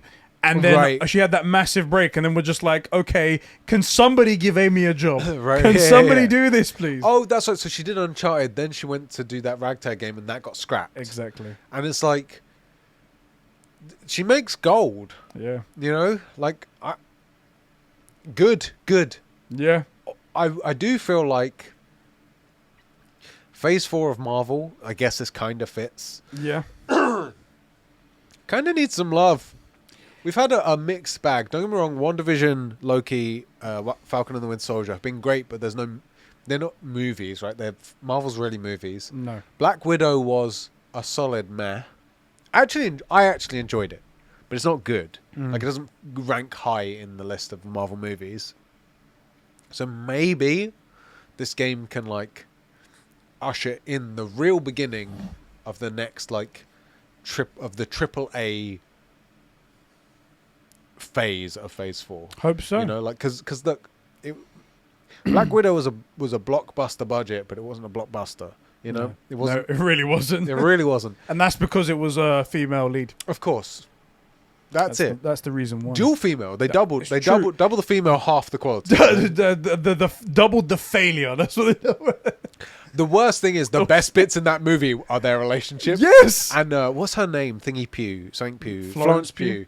I personally love the bits where she's like ripping into Black Widow about why do you do the pose? You're such a poser. You do the thing. It's great. Did you know that she's dating Zach Braff? Oh really? I was like, this motherfucker. Mate, Zach Braff, how is he punching that hard? Punching high, bro. She needs to start a career in boxing. My days. Good gosh. I was not expecting that. Yeah, well done. Although, do you know what? Tell a lie. Marvel's in a weird spot right now. I haven't seen Shang-Chi. I haven't either, but it's coming to Disney Plus next month. So I'll watch it. Apparently it's good, but I haven't seen it. Apparently the what's it called? The Immortals or whatever it was? Eternals. Apparently that's dog shit. Apparently, yeah. I will say I called it. But I don't remember us talking about it. I said basically that it has a Doctor Strange problem, which is that because there's no set rules for powers, like, you know, Spider-Man, you know what Spider-Man can do, and then it's up to creative writing and use of like whatever set pieces they use to have those abilities defeat the thing. But because of, say, Doctor Strange and these Eternals, their abilities, they'll always get beaten early on and then come back and be able to do the thing they need to do. Yeah. And that's kind of soulless, right? It's not as satisfying as watching Wolverine, who you know what he can do, solve a problem. Spider-Man, who you know what he can do. You know, even if they're really powerful, Magneto, but you know what his abilities are. So how's he going to beat those guards in the forest? In whichever X-Men that with was. all the plastic guns and whatnot. Right. Yeah. So that is the problem with like Eternals. Apparently, though, the issue is the writing, not that. Apparently, yeah. Yeah. Apparently. So we'll see. It really sucks as well because everyone I spoke to, they were like, "Oh, but the director, I can't remember her name, is Chloe something or another. Apparently, she's really great with a bunch of other things she's done." Maybe. And I was like, "Well, clearly she dropped the ball then. Yeah, something happened here. So what's going on?" Oh, do you know what it is? She's a woman. That's it. That's it. More women. Our firm stance as well recorded. One of the things that I immediately wrote off as bullshit, but then thinking about it, apparently this is one of the issues. So like, apparently all the Eternals are all different like races, as an example, right? Which apparently people are saying the issue is they just shoehorn in what do they call inclusivity, and I'm like, I think I would prefer if they all look like Apocalypse. They're aliens, right? Oh, yeah. Yeah, they're supposed to be aliens. Yeah, I think, something like that. Aliens, gods, whatever. Like, let's have them all look nothing like anyone else. That makes more sense than having one being like Asian, one black, one white. I don't need that. I also don't want that. I want them to look like Apocalypse or something. I'll tell you what the real problem is. They tried and failed to emulate Superman with one of their characters. Did they? And he's shit. Superman's shit, it's true. No, anyone that tries to emulate Superman, i.e. every superhero ever, is shit. That's just the fact of it, guys. You try to fly too close to the sun, and this is what happens. You get burnt. Is this the guy doing the laser beam? Yeah. He's apparently a Superman-style character, and he can do most of the things like fly, super fast, strong, laser eyes, and I was like, ha! That's what you get. Anyway, this isn't a movie podcast. We're talking about video games. I mean, hey, Guardians of the Galaxy, maybe this will be a movie. Right? They'll make this into a video game. Maybe they'll make this into a game. Do you want to talk a little bit more about I just think, like, Superman is hard enough to do right as Superman. Maybe you leave him alone. The best way to hit Superman, to nail a Superman character, is make him evil. Do like a Homelander. Not evil, but, you know, do a Homelander, do a Red Sun. It's easier to make him a villain. That's the easier way, yes. Easier way. Easier. If you have no talent, you do it that way. Yeah, but, like, it's easier and you can make it good. Yeah, you can. And, like, also, Superman, the biggest worry is that he will turn evil or join Darkseid or whatever, right? That is always what are we going to do if this happens? What are we going to do if on the wrong day he gets a parking ticket and just decides, fuck Metropolis? You know? But maybe you don't do that, because Superman's had a hard enough time making Superman good. You know? Yeah. How many Superman movies have we had that have nailed it? Yeah. I would even say, like, I know you love Man of Steel, but it misses on a few points. Like, there's no Clark Kent in any of it. And this guy doesn't get Clark Kent. He's an immortal freaking alien thing. That's why it failed. I'm telling you. You try to do a Superman, you're going to fail. Yeah. Also, where's your Batman to counter him? Exactly. The only force that can counter a Kryptonian. A rich guy. Lots of money. In regards to this Marvel game, is we don't know anything about it. We don't know anything at all. No even murmurings or anything like that. What Marvel property would you like to see her take a crack at? I'm going to say two things. One, I want this to be really small, a AAA title, but focusing on a small scale thing. I don't want to see this going across like Endgame. Like, this shouldn't be going across multiple different like IPs. We shouldn't be seeing the X-Men. We shouldn't be seeing, it should be one thing or another. Pick one character or one section of the Marvel universe and just go for that. Which is why I think the Insomniac Wolverine game will work, because it's not X-Men, it's Wolverine. Yeah. And so you can focus on something well known and great and large, but like focus on it. Yeah. So what would you give to Amy Hennig? I mean, Spider-Man, but we know I'm just spitballing. I'd like to see a Spider-Man game. I think she'd nail that. Interesting. Let me have a think about that, because I haven't really thought about. I personally, just because I love the first movie so much, I got it.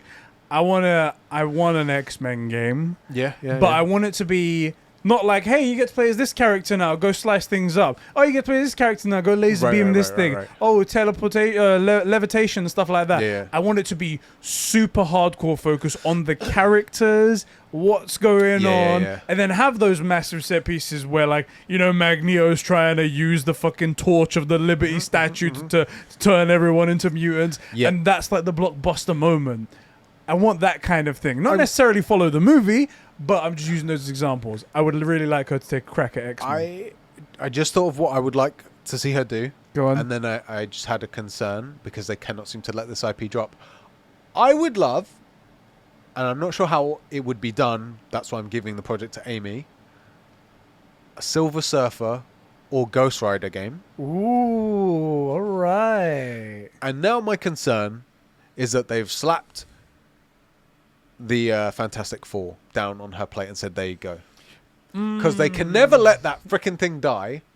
Well, I mean, it's Fantastic Four. It's been done amazingly one time in the movie. It's fantastic.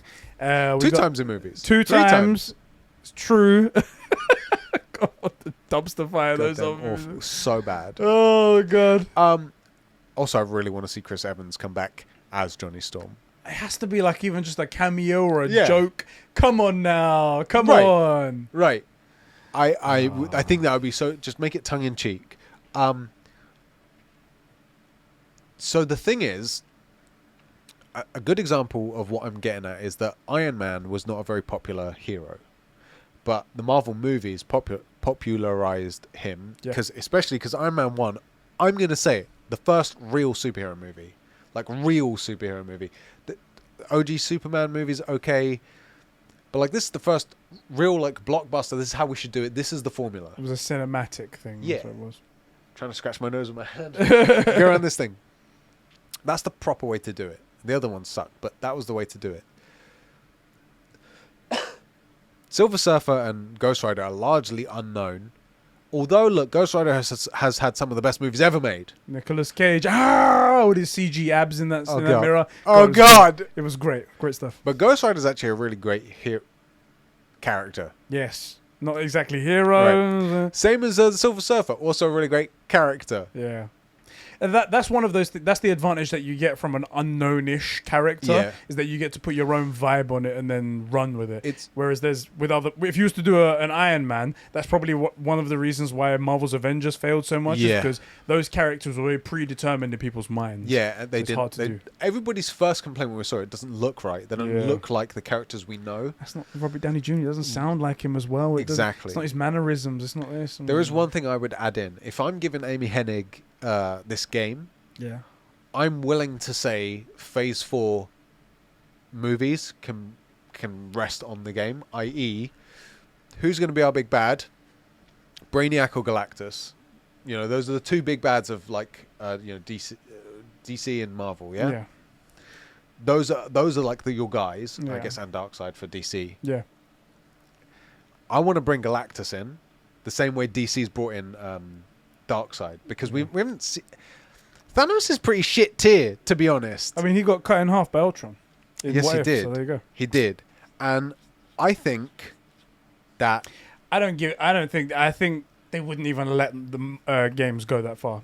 you don't. I think they would like to keep that in their back pocket for the movies. I think, but that's the thing is, I think don't if you give her, that's what I'm saying. You give her Silver Surfer, and we can allude to this big evil force. He can introduce Galactus in a way that most of the movie guys don't know.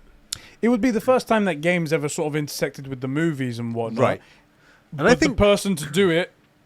I mean, that's the right person to do it, right? Exactly. You give it to Amy, and I do think as well. So like, had the DC games posed Darkseid, that started to introduce this dark figure. Yeah. That Darkseid and Steppenwolf and stuff would have been better in the original trash tier Justice League. Yeah. And even in the Snyder Cut, like, most people don't know Darkseid. Most people don't know these guys. Also, did you notice no one talked about Darkseid nearly getting the ring? Yeah. That Green Lantern. That's Me and you were like, oh thing. shit. They were like, that same game. That's it. It's over. So, like, most of these guys don't clock this stuff, and I think having some games which hit more people would be a good way to introduce it to like sort of more casual fans. And I think your big bads in both cinematic universes, you're going to need Brainiac, who I think's a better villain than Darkseid for storytelling reasons, and Galactus, who's just so freaking big. I think Galactus is more ominous than Thanos. Yeah. The problem with Thanos is he's not really evil. He's just doing bad things, and he thinks there's a good reason. I want a guy that's just not just evil, but like, man, like he eats planets for breakfast. Yeah. Right? Like, that is a. You know when Darkseid says like, no, Steppenwolf says, oh, the planet's unguarded, no Kryptonian, no lantern, right? Like, how vulnerable do you feel? The only way you're gonna get that with all the Avengers is a dude that can literally pick up the planet and go, No, there you go. That's what I want. Amy Hennig, Silver Surfer game, Bring the games Galactus. and the movies together. Yeah, that's how I do. What that would be really good. What about you? I just think X-Men. That's the only thing I'm thinking right now. I think if she could do a really good, gritty sort of story of X-Men with some big blockbuster pieces in between, I think it'd be quite good. I think she'll do a really good job of that. I'm going to totally change my answer. It's X-Men, but you spend the whole game in Xavier's thing for the special gifted or whatever, and it's just Bully 3, but it's X-Men. But you play as Blob. It's a school. It's a school simulator. Is it Blob, the guy that's fat, and he's like super strong and can absorb damage? In X-Men. In X-Men Wolverine Origins. Yeah, it's Blob, right? He's the fat guy. He's fat, but his superpower is that he's fat and he's strong and can absorb damage, right? I don't remember. I think his name's Blob. You play as young Blob, Bully, you know? That's the game. Amy, get on it. Oh boy! And so you're bullying people like laser vision, or how are you going to bully someone who can teleport away from you? Got to problem solve. Got to problem solve that. Amy Hennig's on it. Don't worry, guys. That's the next Marvel game. Anyway, look, Amy Hennig is she makes gold, right? Can't wait for it. Can't wait. Hopefully it'll be good. I mean, although we've been let down by a lot of people that made gold before. Yes. CDPR. We just can't learn from misplacing our love. It's really true. Our next topic. Yeah. Sorry, I got on a bit of a rant there. Well, this is us, innit? It's been like nearly 2 weeks. Yeah, we haven't let it out yet. Yeah. Speaking of things to let out, no, this isn't it. I'm looking at that road. Conbros podcast. Bethesda have finally announced the pricing for the Skyrim Anniversary Edition of their game. Okay. Again, re-releasing Skyrim because that's all they can do. $70. So for the price of the game just by itself, in the UK, $47.99. In the US, $49.99. Yeah. However, If you've got one of the versions that you've bought before, one of the 7,000 versions you bought before, Of course. and you want to upgrade from the special edition to the anniversary edition so you can get all of the DLC, so you can get the next gen update and stuff like that, you have to pay $15.99 or $20 for you to accept that. Right. And that is anti-consumer. Paying for an upgrade with DLC, that's unbelievable. I can't believe anyone did that. That's unbelievable. No, I won't stand for any of this. It's No. It's not Sony doing it. Oh. Yeah, no. So it's Hold actually. on, let me just check. Is it, owned by Bethesda, owned by Microsoft. Sorry, my apologies. That's fine. This is a pro-consumer move. It's pro-consumer. In fact, this is healthy for the gaming industry. It's healthy for the gaming industry. It's healthy for Bethesda. Paying for things is what is great. That's what you should do. That's what you should do. Fucking hypocrites. It's ridiculous, isn't it? I swear to God. It's ridiculous. I saw this and I was like, didn't we just have this conversation for Ghost of Tsushima Iki Island expansion? Where is everybody flipping out on Twitter? Right. Where is everybody tweeting them? This is anti-consumer. How could you do this? Blah, blah, blah. Been out for 24 hours. No one's saying shit. Nothing. Pissed me the fuck off. It's ridiculous, isn't it? I could not stand this. I was ridiculous. Like, where were all you guys? The ones that were like, oh, Sony anti-consumer. Yeah. They're such a huge company. They could easily absorb the cost and whatnot. Microsoft is 1,000 times bigger. And here they are charging the exact same money. Stupid bullshit. It's ridiculous, isn't it? So this is the thing. We talk about the show about PlayStation, Microsoft, and stuff like that. Right. I don't actually hate the companies. The thing that gets me the most is hypocrisy and how it's blatantly in your face. Yeah. This is a prime example, and I absolutely hate it. Yeah, because look, when Ghost of Tsushima, one of the most completed games on PlayStation, second I think most completed game of all time, most platinum game of all time, sold many millions, dozens of millions. People that were like, oh, this is my actual game of the year, not The Last of Us and whatnot, because people loved it so much. For soundtrack, for gameplay, for story, for everything. Yeah. That does it. Fucking terrible. Flip also, tables, everything. by the way, gives us everything except for one thing that only one guy seems to be asking for, the 1v1 duels. But everything else in-game that we asked for. A free multiplayer mode on top of that. Oh yeah. Also, why no one is still no one's talking about Legends. A whole raid system included in there, a bunch of things, all for free. For free. No, but then when they bring out some single player DLC, also in which we got the ability to like replay the duels and all the stuff that we wanted, and extra mini games and extra interactivity like with different animals, all these new charms, new everything. And I'm sorry, what was the beef here again? Oh, you have to pay for it because it comes with the next gen upgrade. Yeah, you have to pay for the next gen upgrade. Oh no, you have to pay for DLC like we've always done before. And then they go and do it, and it's like, oh, this is amazing. This is the best thing I've ever seen in my life. No one's ever done this before, and I love it. It's great. Also, for the record, part of that upgrade was things like haptic feedback. Where's that here? Nothing. None of that. They don't have it. Also, by the way, for the record, before this even came out, the news of the upgrade, I said I would pay up to £15 just for haptic. Yeah. Just for that feedback, with no other changes. That I would be willing, and I'm sure a bunch of other people would have been, just for that. Yeah. For the extra immersion, because it's that kind of game. And then it comes out and they're not only giving me that, they give me all this other stuff, and people are still whining about it, but because the symbol on the front of the company is different, it's so annoying. It's so annoying.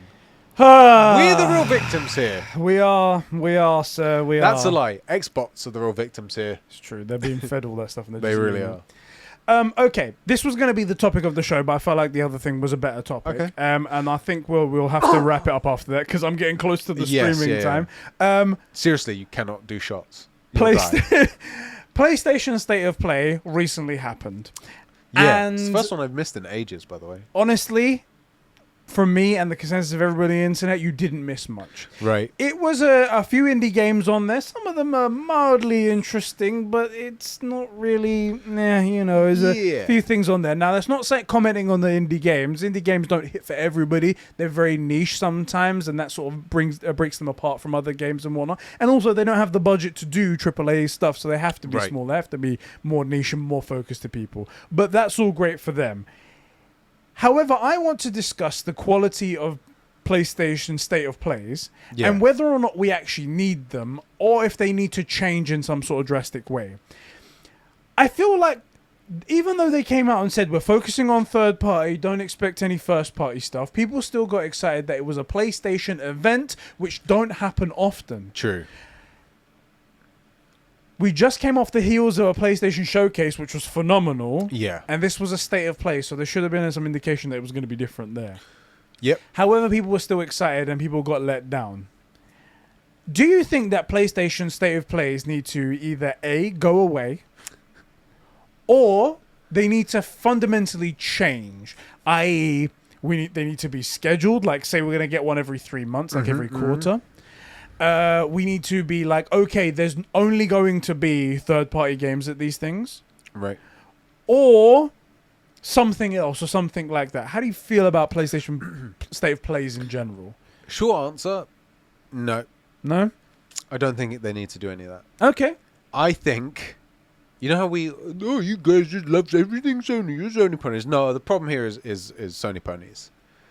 How many times do we sit down, we streamed that deep dive with Mark Sony, and all the comments on, a bunch of them on our stream, a bunch of them on the main stream, this is so boring, why are you even talking about, show us some games. It's a deep dive. It wasn't anything to do with games, it was an architecture deep dive into the thing. So I don't think that, one of your solutions there was, advertise it's only going to be third-party games there. I don't think anyone's going to look at that. People are still going to be... They're going to go watch and go, why didn't you show us God of War 6? Or whatever, right? Because that's what people want to see. Yeah. And they don't care that they're yelling at the wrong person. Yeah. You know when a Karen goes up to the supermarket and starts complaining to the cashier about the prices, or that this should really be on discount. I don't do any of this. I don't make that stuff. In fact, it's not even anyone in the shop. It's all in head office. I can't do that, right? It's that kind of thing. Not that these guys are Karens, but that you're asking for the wrong thing in the wrong place. Yeah.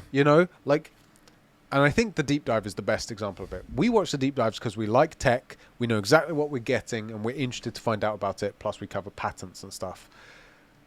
But every time we've watched one, comments always, why aren't they showing us the game? This is so boring. It's a technical event. It's about tech. Their expectations always going to go wild versus whatever Sony says. So, I will say I do think they should be spaced out. Probably more, not every quarter, maybe a little bit less frequently. Maybe 3 a year. Yeah. 2.5 average, Right now, they're just a wild gunshot into the they're just we're going to do one now. Whenever we're going to come, they're going to come. There could be 2 in 2 months. There could be 1 in every 8 months or something like that. That's stupid. We don't know. Yeah. I think that sort of helps with, if they were to schedule it, I think it would be a little bit better, because that's what I would do. When it's scheduled, just okay, this is coming up, we can have a look at what's coming up on the slate. Maybe we can theorize, okay, that wasn't there, that was our bad on that one. And also, when it's scheduled, it doesn't necessarily mean that Sony's got something to announce, because when they come out with something, they go, Wednesday we've got a show, guys. It means they've got something to show. Right. We're really excited to show you this thing. Yeah. And then if they don't show something, it's what the fuck did you even do then? Why are you wasting my time? So that adds to the whole thing. So if they're scheduled, then it maybe alleviates some of that pressure. Theory. Go ahead. Microsoft internally has a memory similar to ours, and they don't communicate properly. And so they don't want to always do these events, because maybe someone forgets that in 2 weeks' time they're going to announce something important. Yeah. So that's why they do it, because they're never sure if something's going to get announced or not. So they do an event, and then 2 weeks later something happens. You know what I mean? So, when we make content, we do our stuff, and then as soon as I'm all the way home, something leaks. Yep. Something drops. Probably happened today as well, but guaranteed. So maybe it's something like that. I think if the way they should do this is that state of play. They should be predefined. Yeah. There should be state of plays and there should be showcases, right? Yes. Showcases, maybe they make that once a year, wherever they Yeah. could do like that. But then state of plays can be every quarter, but every 3 months they're going to come out, and they're going to be focusing on the latest third-party game that's coming out, and they can have other third parties, some indie games in there, stuff like that. Maybe but push PS Now for once. Maybe, maybe. Let's not go too far now. Come on. Now. Whoa, getting crazy there. Push the boat out. Right. But they should focus on those and not first-party games. Set expectations accordingly, so people can go, all right, I'll turn up to the show, see what that is. And then I feel like it would help a bit more there. I don't think they should go away entirely, but if you're not going to do anything with them and you're just going to come out and go, hey, on Tuesday we've got a show coming out, guys, and then people come along expecting a great game, and then you kind of just phone it in. There was a game I personally didn't like the look of. It's like something called something OFK or Rockstar OFK. It's basically you're a band. You're playing as a band. All right. And I was like, this looks boring as hell to me. It's not my thing, yeah. And I was like, you called me out to do a stream for this. This is what you called me out to do. It's just, if you set expectations right, if you go, okay, this is going to be third-party games, every 3 months we're going to show something like that, then it's not necessarily, you better tune in for this, guys. Right. There's an update. Let me see what's going on. Okay, nothing this time. No problem, I'll go away. I'll see what's going on. I feel you. The other thing as well is that they don't make a big enough distinction between these and like when Sony does an event, like man do they do an event. Like it's a big thing. The pacing's on point. It's entertaining in and of itself when they do it right anyway. Yeah. And you kind of feel like that's where you're about to get. And then you get there and there's like 15 indie games that you're probably never going to play. They're all like, all right, this isn't my thing. This isn't my thing. Maybe I'll check that out. Well, it's because all the stuff that's interesting gets shown at like a state of play. Yeah. Like Sifu. Yeah. I could see Sifu being in one of these, right? I think it was in one of the previous state of plays. But it also went to was it a state of play? I think it first was shown off at one of the state of plays. But it was also shown off at the Sony showcases. Yeah. The showcase, I think they need to be like, okay, showcase, that's where you go for the AAA. That's the big one, right? Yeah, and that's where even the little indie stuff that we think you might like Sifu, which is not indie, you know what I mean, smaller. Yeah. That's where that is. And the rest of it, like the state of play, it's really just a little bit of an update. Hey, here's what you can look forward to, by the way, PS Now. Yeah. Don't forget to mention that. I don't even like the service, but come on, at least market it. Like, come on. It's your own fucking service, come on. Right. Man. Do you know what the real problem is, why this one failed? Go on. There was no death loop. For the first time, there was no death loop, and it failed. Why is that thing marketed so... I still see marketing for it, by the way. Like, it's got to be out of its cycle. There was marketing for it on the run-up to the state of play, and I was like, are they actually going to show it at this? Are they going to do this? The game's out. Come on. They didn't, did they? They didn't. Okay, thank God. I was like, come on. It would have been a meme and a half. It'd be like, wherever you go, Deathloop. Yeah, you can't escape it. Two things in life that are constant, taxes and Deathloop. There you go. Deathloop. See what I did there? It's a pun. Yeah. I do think they just need to plan it out. They need to, if they do the scheduling thing, then people have their expectations sort of set March in 1st, June 1st, and November 1st. Like, you know that on the first of these months, you're going to get a thing, and really what it is hey, these are some games you can expect. This is what's coming to PS Now. These are a couple of things that we got. Small deal. And then you do a showcase, and you're like, boom. Flop it out, Sony. The only thing that opens you up to, though, is that there's dirty tactics on both sides, Microsoft and Sony. Yeah. Sony recently, when the Halo Infinite Campaign gameplay dropped, the exact minute they also dropped a Horizon Forbidden West trailer. Dirty move, but you gotta respect it. Funny. That's so petty. It's so petty. Also, but you could also imagine Microsoft, if they have these events, they can imagine them queuing something up for that time as well. I do remember that. I also remember looking at the like to dislike ratio on those videos was pretty massive. That's funny. That's petty. That stuff does happen. Do you know? I'm okay with it. On one condition, that Sony goes first, and Xbox are allowed to come and bring their best. Because Xbox... That would be how it is, innit? Because they would have defined their times, and then if Xbox bring it out, is it good? Is it good? Right, and it's up planned to them for if they this. go in front or before or after. Yeah. They're given the ability to like make something, because the problem with Xbox is in a vacuum their events are pretty good. Then when you start looking at stuff, you're like, well, actually half of that was third party. Yeah. Most of this isn't coming out for ages. Half of what is coming out and is exclusive was CG trailers. You start breaking it down and it looks shit. You realise that it was actually just glitter thrown at turds. Yeah. So maybe they can, see how it's done, even on like a smaller scale, and then show something good, because they're really hurting. The only thing Xbox has going for it is Xbots saying how good it is. Yeah. Because the rest of it isn't good. That's really all it is. So yeah, I think quarterly is too much. I would do like 2 a year. 2 a year. And then a showcase in the summer. Sandwich the showcase in the middle. Like, I like that. State of play, showcase, state of play. I like that. And like the state of plays are smaller, mostly like updates for like little stuff. And also you say, don't forget about next year's showcase. Like that. If you want to see the big stuff, showcase. You remind everybody what you're getting at each thing. I could live with that. That's what I would do, yeah. Let me read what some of our guys said here. So, the DC Watcher, aka Alpha Aquila, wrote in. He says, to the new official Sony Pony Eddie, new official, come on now, Come on. and as of the last episode, and Sheps, you're just Sheps, you're not a Sony Pony. You're Appreciate neutral. it. You're neutral. Appreciate it.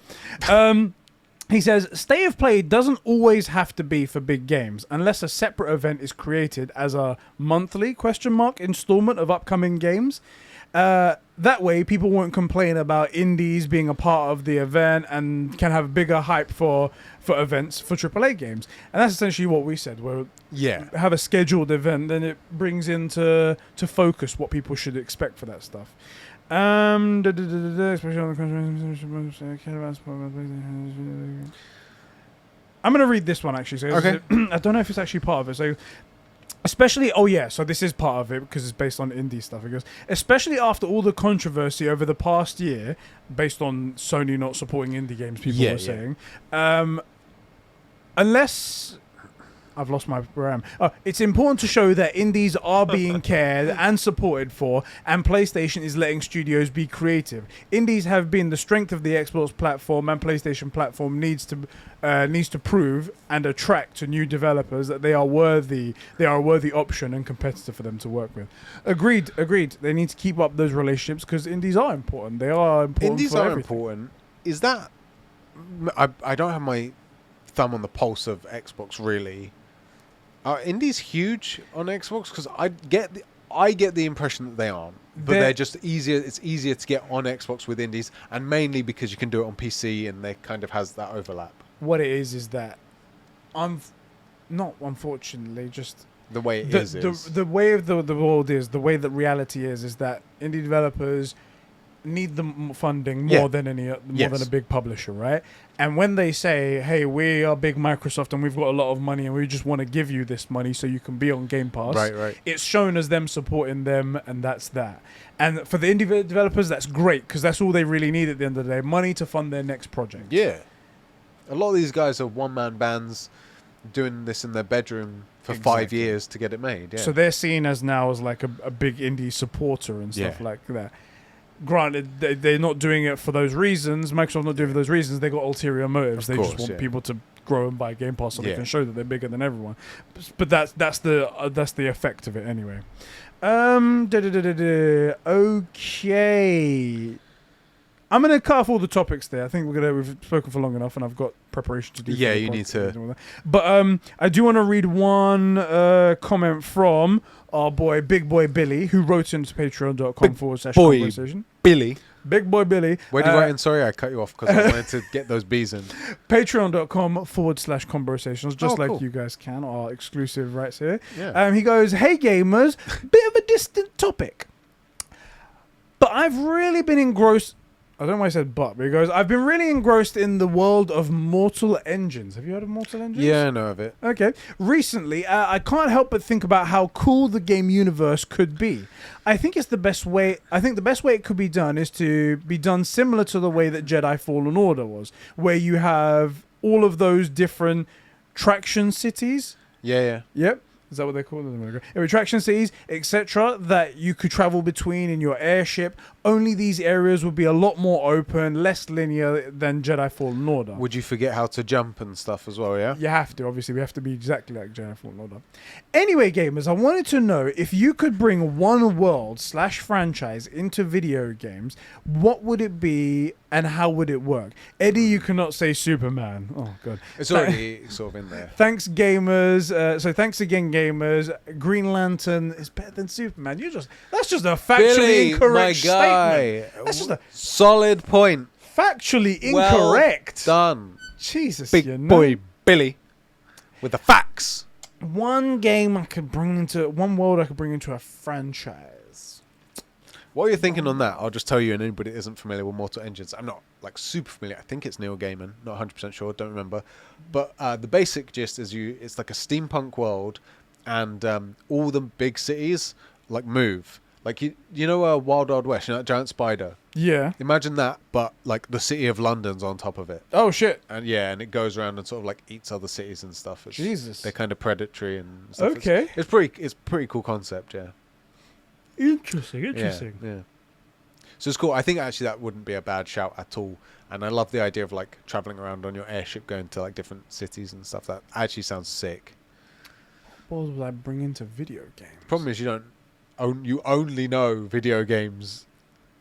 That I already like. Yeah, stuff that's shit, already. This is a tough one, boy. And the only thing I ever think about is Superman. So you really just took everything out there. Right. Just What? kind of put you in a box here, didn't you? Yeah. This is what's that girl from Deadpool? You put me in a box. Yeah. I'm trying to think. What do you know that would fit really well that isn't a video game that would go? Look around me for anything I'm a fan of. But it's all video games and Superman. God damn it! It's just all Superman. Shit. Bring poke. Oh wait, that's already been done as well. Damn it! No, it's actually all just Superman and video games. You don't really read books and stuff much, do you? No, comics is as far as I go, and even then, it's Superman comics. Yeah, I'll tell you there's a few manga and anime stuff would make some good games. But my actual answer is, I would love to see the First Law trilogy. It's a trilogy of books written by Joe Abercrombie. My favorite fantasy books by a long, long way. If you're into reading, in fact, one of our old patrons, Felipe, I mentioned the books to him. The books are fantastic. The books are brilliant. In my opinion, the best fantasy and the best way any like berserker, the sort of Viking barbarian who goes crazy kind of deal. By far the best way that's ever been written, ever. Brilliant writing style. Like my big beef with reading, I do like to read, is that in a lot of these books, about halfway through the series, all the characters sound the same. They just sound like the author. Okay. And you don't really know who's speaking until you've read the name, right? Like John said, and you're like, oh, okay, it's John. At the end of the word. Yeah, that's who was speaking, right? In these books, even when you're reading it, you know exactly who's speaking. Almost always. Like all the characters sound different, they act different. They really have different voices. It's brilliant. On top of that, even better than reading it yourself, on Audible, read by Stephen Pacey. The guy's so good I remember the voice actor's name. He's brilliant. He really brings the book to life, even better than reading it yourself. Anyway, it's a fantasy style world. You know, like you got like magic exists and stuff. I would love to see that game made. I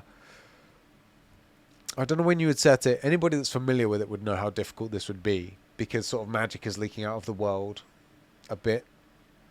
But I feel like that's what I would do. So the problem is with games like this, what kind of game are you going to make it? Are you going to make it like a Last of Us style thing? Are you going to make it an MMORPG? Whenever it's something like that, you kind of have to go full narrative, right? Because it's all based on the narrative anyway. Exactly. So if you try and adapt it like any other games done, like say Marvel Avengers, then you end up with crap, and that's the problem. Right. And we know not to make that mistake. We'll leave that to think. But the other downside though is that when they make a game out of a movie, it's trash. Yep. It's garbage.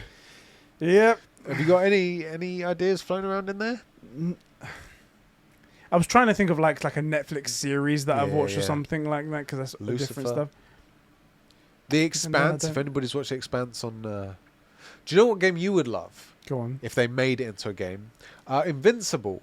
Because it's very similar to something like Superman, yeah. Except they might actually make that game. That's my loophole. Never I want an Invincible game that's not Superman. Yeah, and the worst thing is they'll probably make it. And I will get that before I get a Superman game. Thank you. I mean, mate, Thank you, you got a Kryptonian dog game. Yeah. Before you got a Superman game, so. I've got the answer. Okay. The Scorpion King. Oh God, movie. No. We need that full The Rock's face, but morphed to like it was in that movie. Oh God, please stop. Not like I know technology's gotten really good with mocap and keep performance capture. We need it to degrade and go back to that shitty CG and put that in a game. Do you know what I would love actually? Similar. Similar. I would like a game set in ancient Egypt, but maybe you follow like, I don't know, an assassin. But the assassin doesn't. You, who's playing as the assassin, are actually playing a guy in like modern day. Okay, and you've been like sent back, but not actually sent back. Like you're connected somehow, like maybe through like genetic memories. Interesting concept. Interesting concept. And then you're able to pilot your guy and find out stuff, even though you obviously can't change the past because of your genes, but you kind of do anyway. Well, you have to like stay in sync with what he did back in those days. That's a really good way to put it. Yeah. Basically, so you'll relive the events, and if you go outside of those events, you sort of depart from the genetic memory. You like desync from it. You would desync. And then Interesting. you sort of have to restart the level and then make sure you come back on the Seems path. like a decent concept. Yeah, I reckon we can make. What kind of like? I mean, say like if you're an assassin, like what would be like your primary weapon? Let's say. I mean, I would think a blade. Something but hidden. You'd want to hide it. Yeah. I was gonna say. I said hidden. You said blade. That sounds like a great thing. A hidden blade. I think that's good. I would add one final thing though. Obviously, we'll have to get this made. I suggest we hire a bunch of women and then sexually abuse them. I mean, obviously, if we're gonna make a game like this is the only option. We can't just be decent people and make great kind of goes without games. saying. And then maybe we do a follow up. And just make it like 100 hours long, but give it like 5 hours of content. Yeah, that sounds about right. Just really stretch it out. Yeah. Paper thin. Phone it in.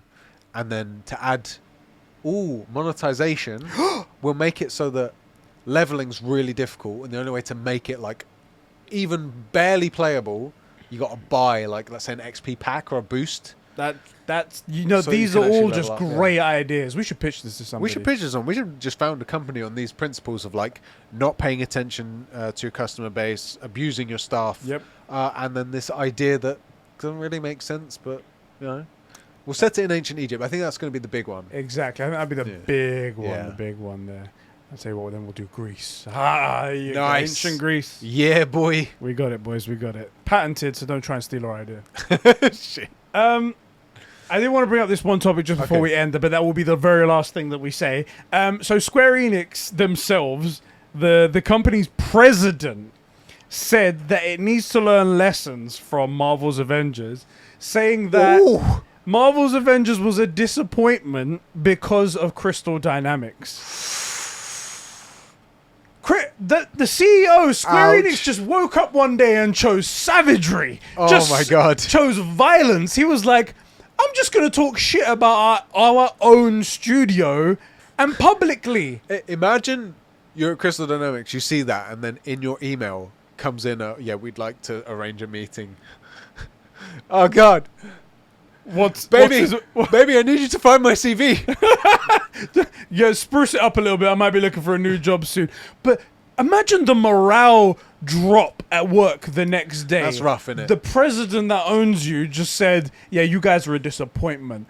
What kind of bullshit is that to say? Even though it might be true, you don't say that to your guys. Yeah, you maybe come out and say, we maybe took some wrong directions when we made this game. Yeah. When we made this game, if you're being political. Yeah. This is like Crystal Dynamics here, meet some bus tires. Fucking hell, right? That's bad. That's rough. And what's extra bad is that now Crystal Dynamics are the ones being put on to work on Perfect Dark, that Microsoft game. Oh, God. It's almost like they went, my God, Crystal Dynamics, they are terrible. They've really lost the game. Give them to Microsoft. Fuck it. Do you know Let's just do that. Do you know what? Imagine they go, we've been given this project. They're paying us a bunch of money, but it looks shit. I'll just give it to these guys. When they phone it in, it'll be fine. Their name's already in the trash. Right. Anyway. It does. This answers the question that I had when we said, like, what? How come Crystal Dynamics is just doing nothing? Right. That Square Enix just gave them to thing because they were like, we really don't care about this this dev company anymore. So that is not good. But maybe it now means that they will finally concentrate on Final Fantasy IX Remake. Maybe not. No, they won't. Oh god, they won't as well. That's the worst thing. They're gonna, at best, they're gonna skip it and jump to 10. They're They'll be gonna like, this trash. No. 8 was meh. 9 underperformed 8, even though it was way better. They're just gonna jump to 10, or they'll completely ignore all of it, finish Final Fantasy VII Remake Part 2, and then just focus completely on the online stuff. They'll just move over to a different model. Mother frickers. Anyway, guys, thank you all for being here and supporting us. Thank you for supporting us during this like rocky times of recording in different days and stuff like that. It will be back to normal from next week, though, and for the foreseeable future. Yeah. Everyone get playing all those games in your backlog because before you know it, it'll be the Game of the Year discussion episodes we'll be talking about. I'm saying it's Kenna. Could be. It's my Game of the Year. I've got a few contenders. I don't know how I'm going to choose between them, but I have to finish some of these games. So once I've done that, get in there. We'll have a big old discussion about this with the community and everything. It'll be a good old time. Bro, thank you for joining me for another episode of this. I'm going to go get plastered drunk playing Kingdom Hearts. You and cannot do Disney shots. Princess. I'm serious. It's going to be a rough time, but we'll see. We'll see what happens. Thank you all for the support. We'll see when this airs how badly my liver is. Yeah, if you can make it to the live chat for this video. I'm going to put this up for a premiere, but I don't know if I'm going to be alive that day. It's going to be rough. We'll see what happens. Yeah. Thank you guys for all the support. Yeah. Thank you for being here, and we'll see you guys all in the next one, okay? Yep. See ya. I'm going to do the Flash. I hate the way he runs. I got to be honest. The I thing is, like Ezra Miller as... I hated the way he Flashback. runs up until the moment that he turned back time. And I was like, that Then was it a works. fucking great scene. It's so gorgeous. And also the whole, like, what he's saying. Yeah. And how it fits. And just the imagery. Oh, it's so good. But then also, it kind of looks like he's swimming. But if you're moving at the speed of light, air gets thick. And it's like the universe. And it's like... Right. It's like he's trying to wade through the matter of the universe. Right, I don't know. It's... In that moment, it's great. But just when he's running any other time, it's like, what the fuck are you doing? Yeah, what are you doing, Ezra? Also, can we just say the weird thing with the hot dog? Like...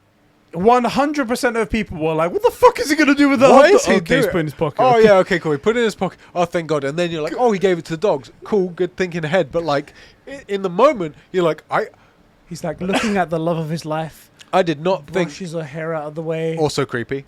Hot dog. All right, let's get Right, going. yeah. Wait, Ezra. Hold on a minute. My guy. This is a great movie. Don't ruin it. Unconscious people do not want tea. Okay? I feel like that fits here. All right, let's go.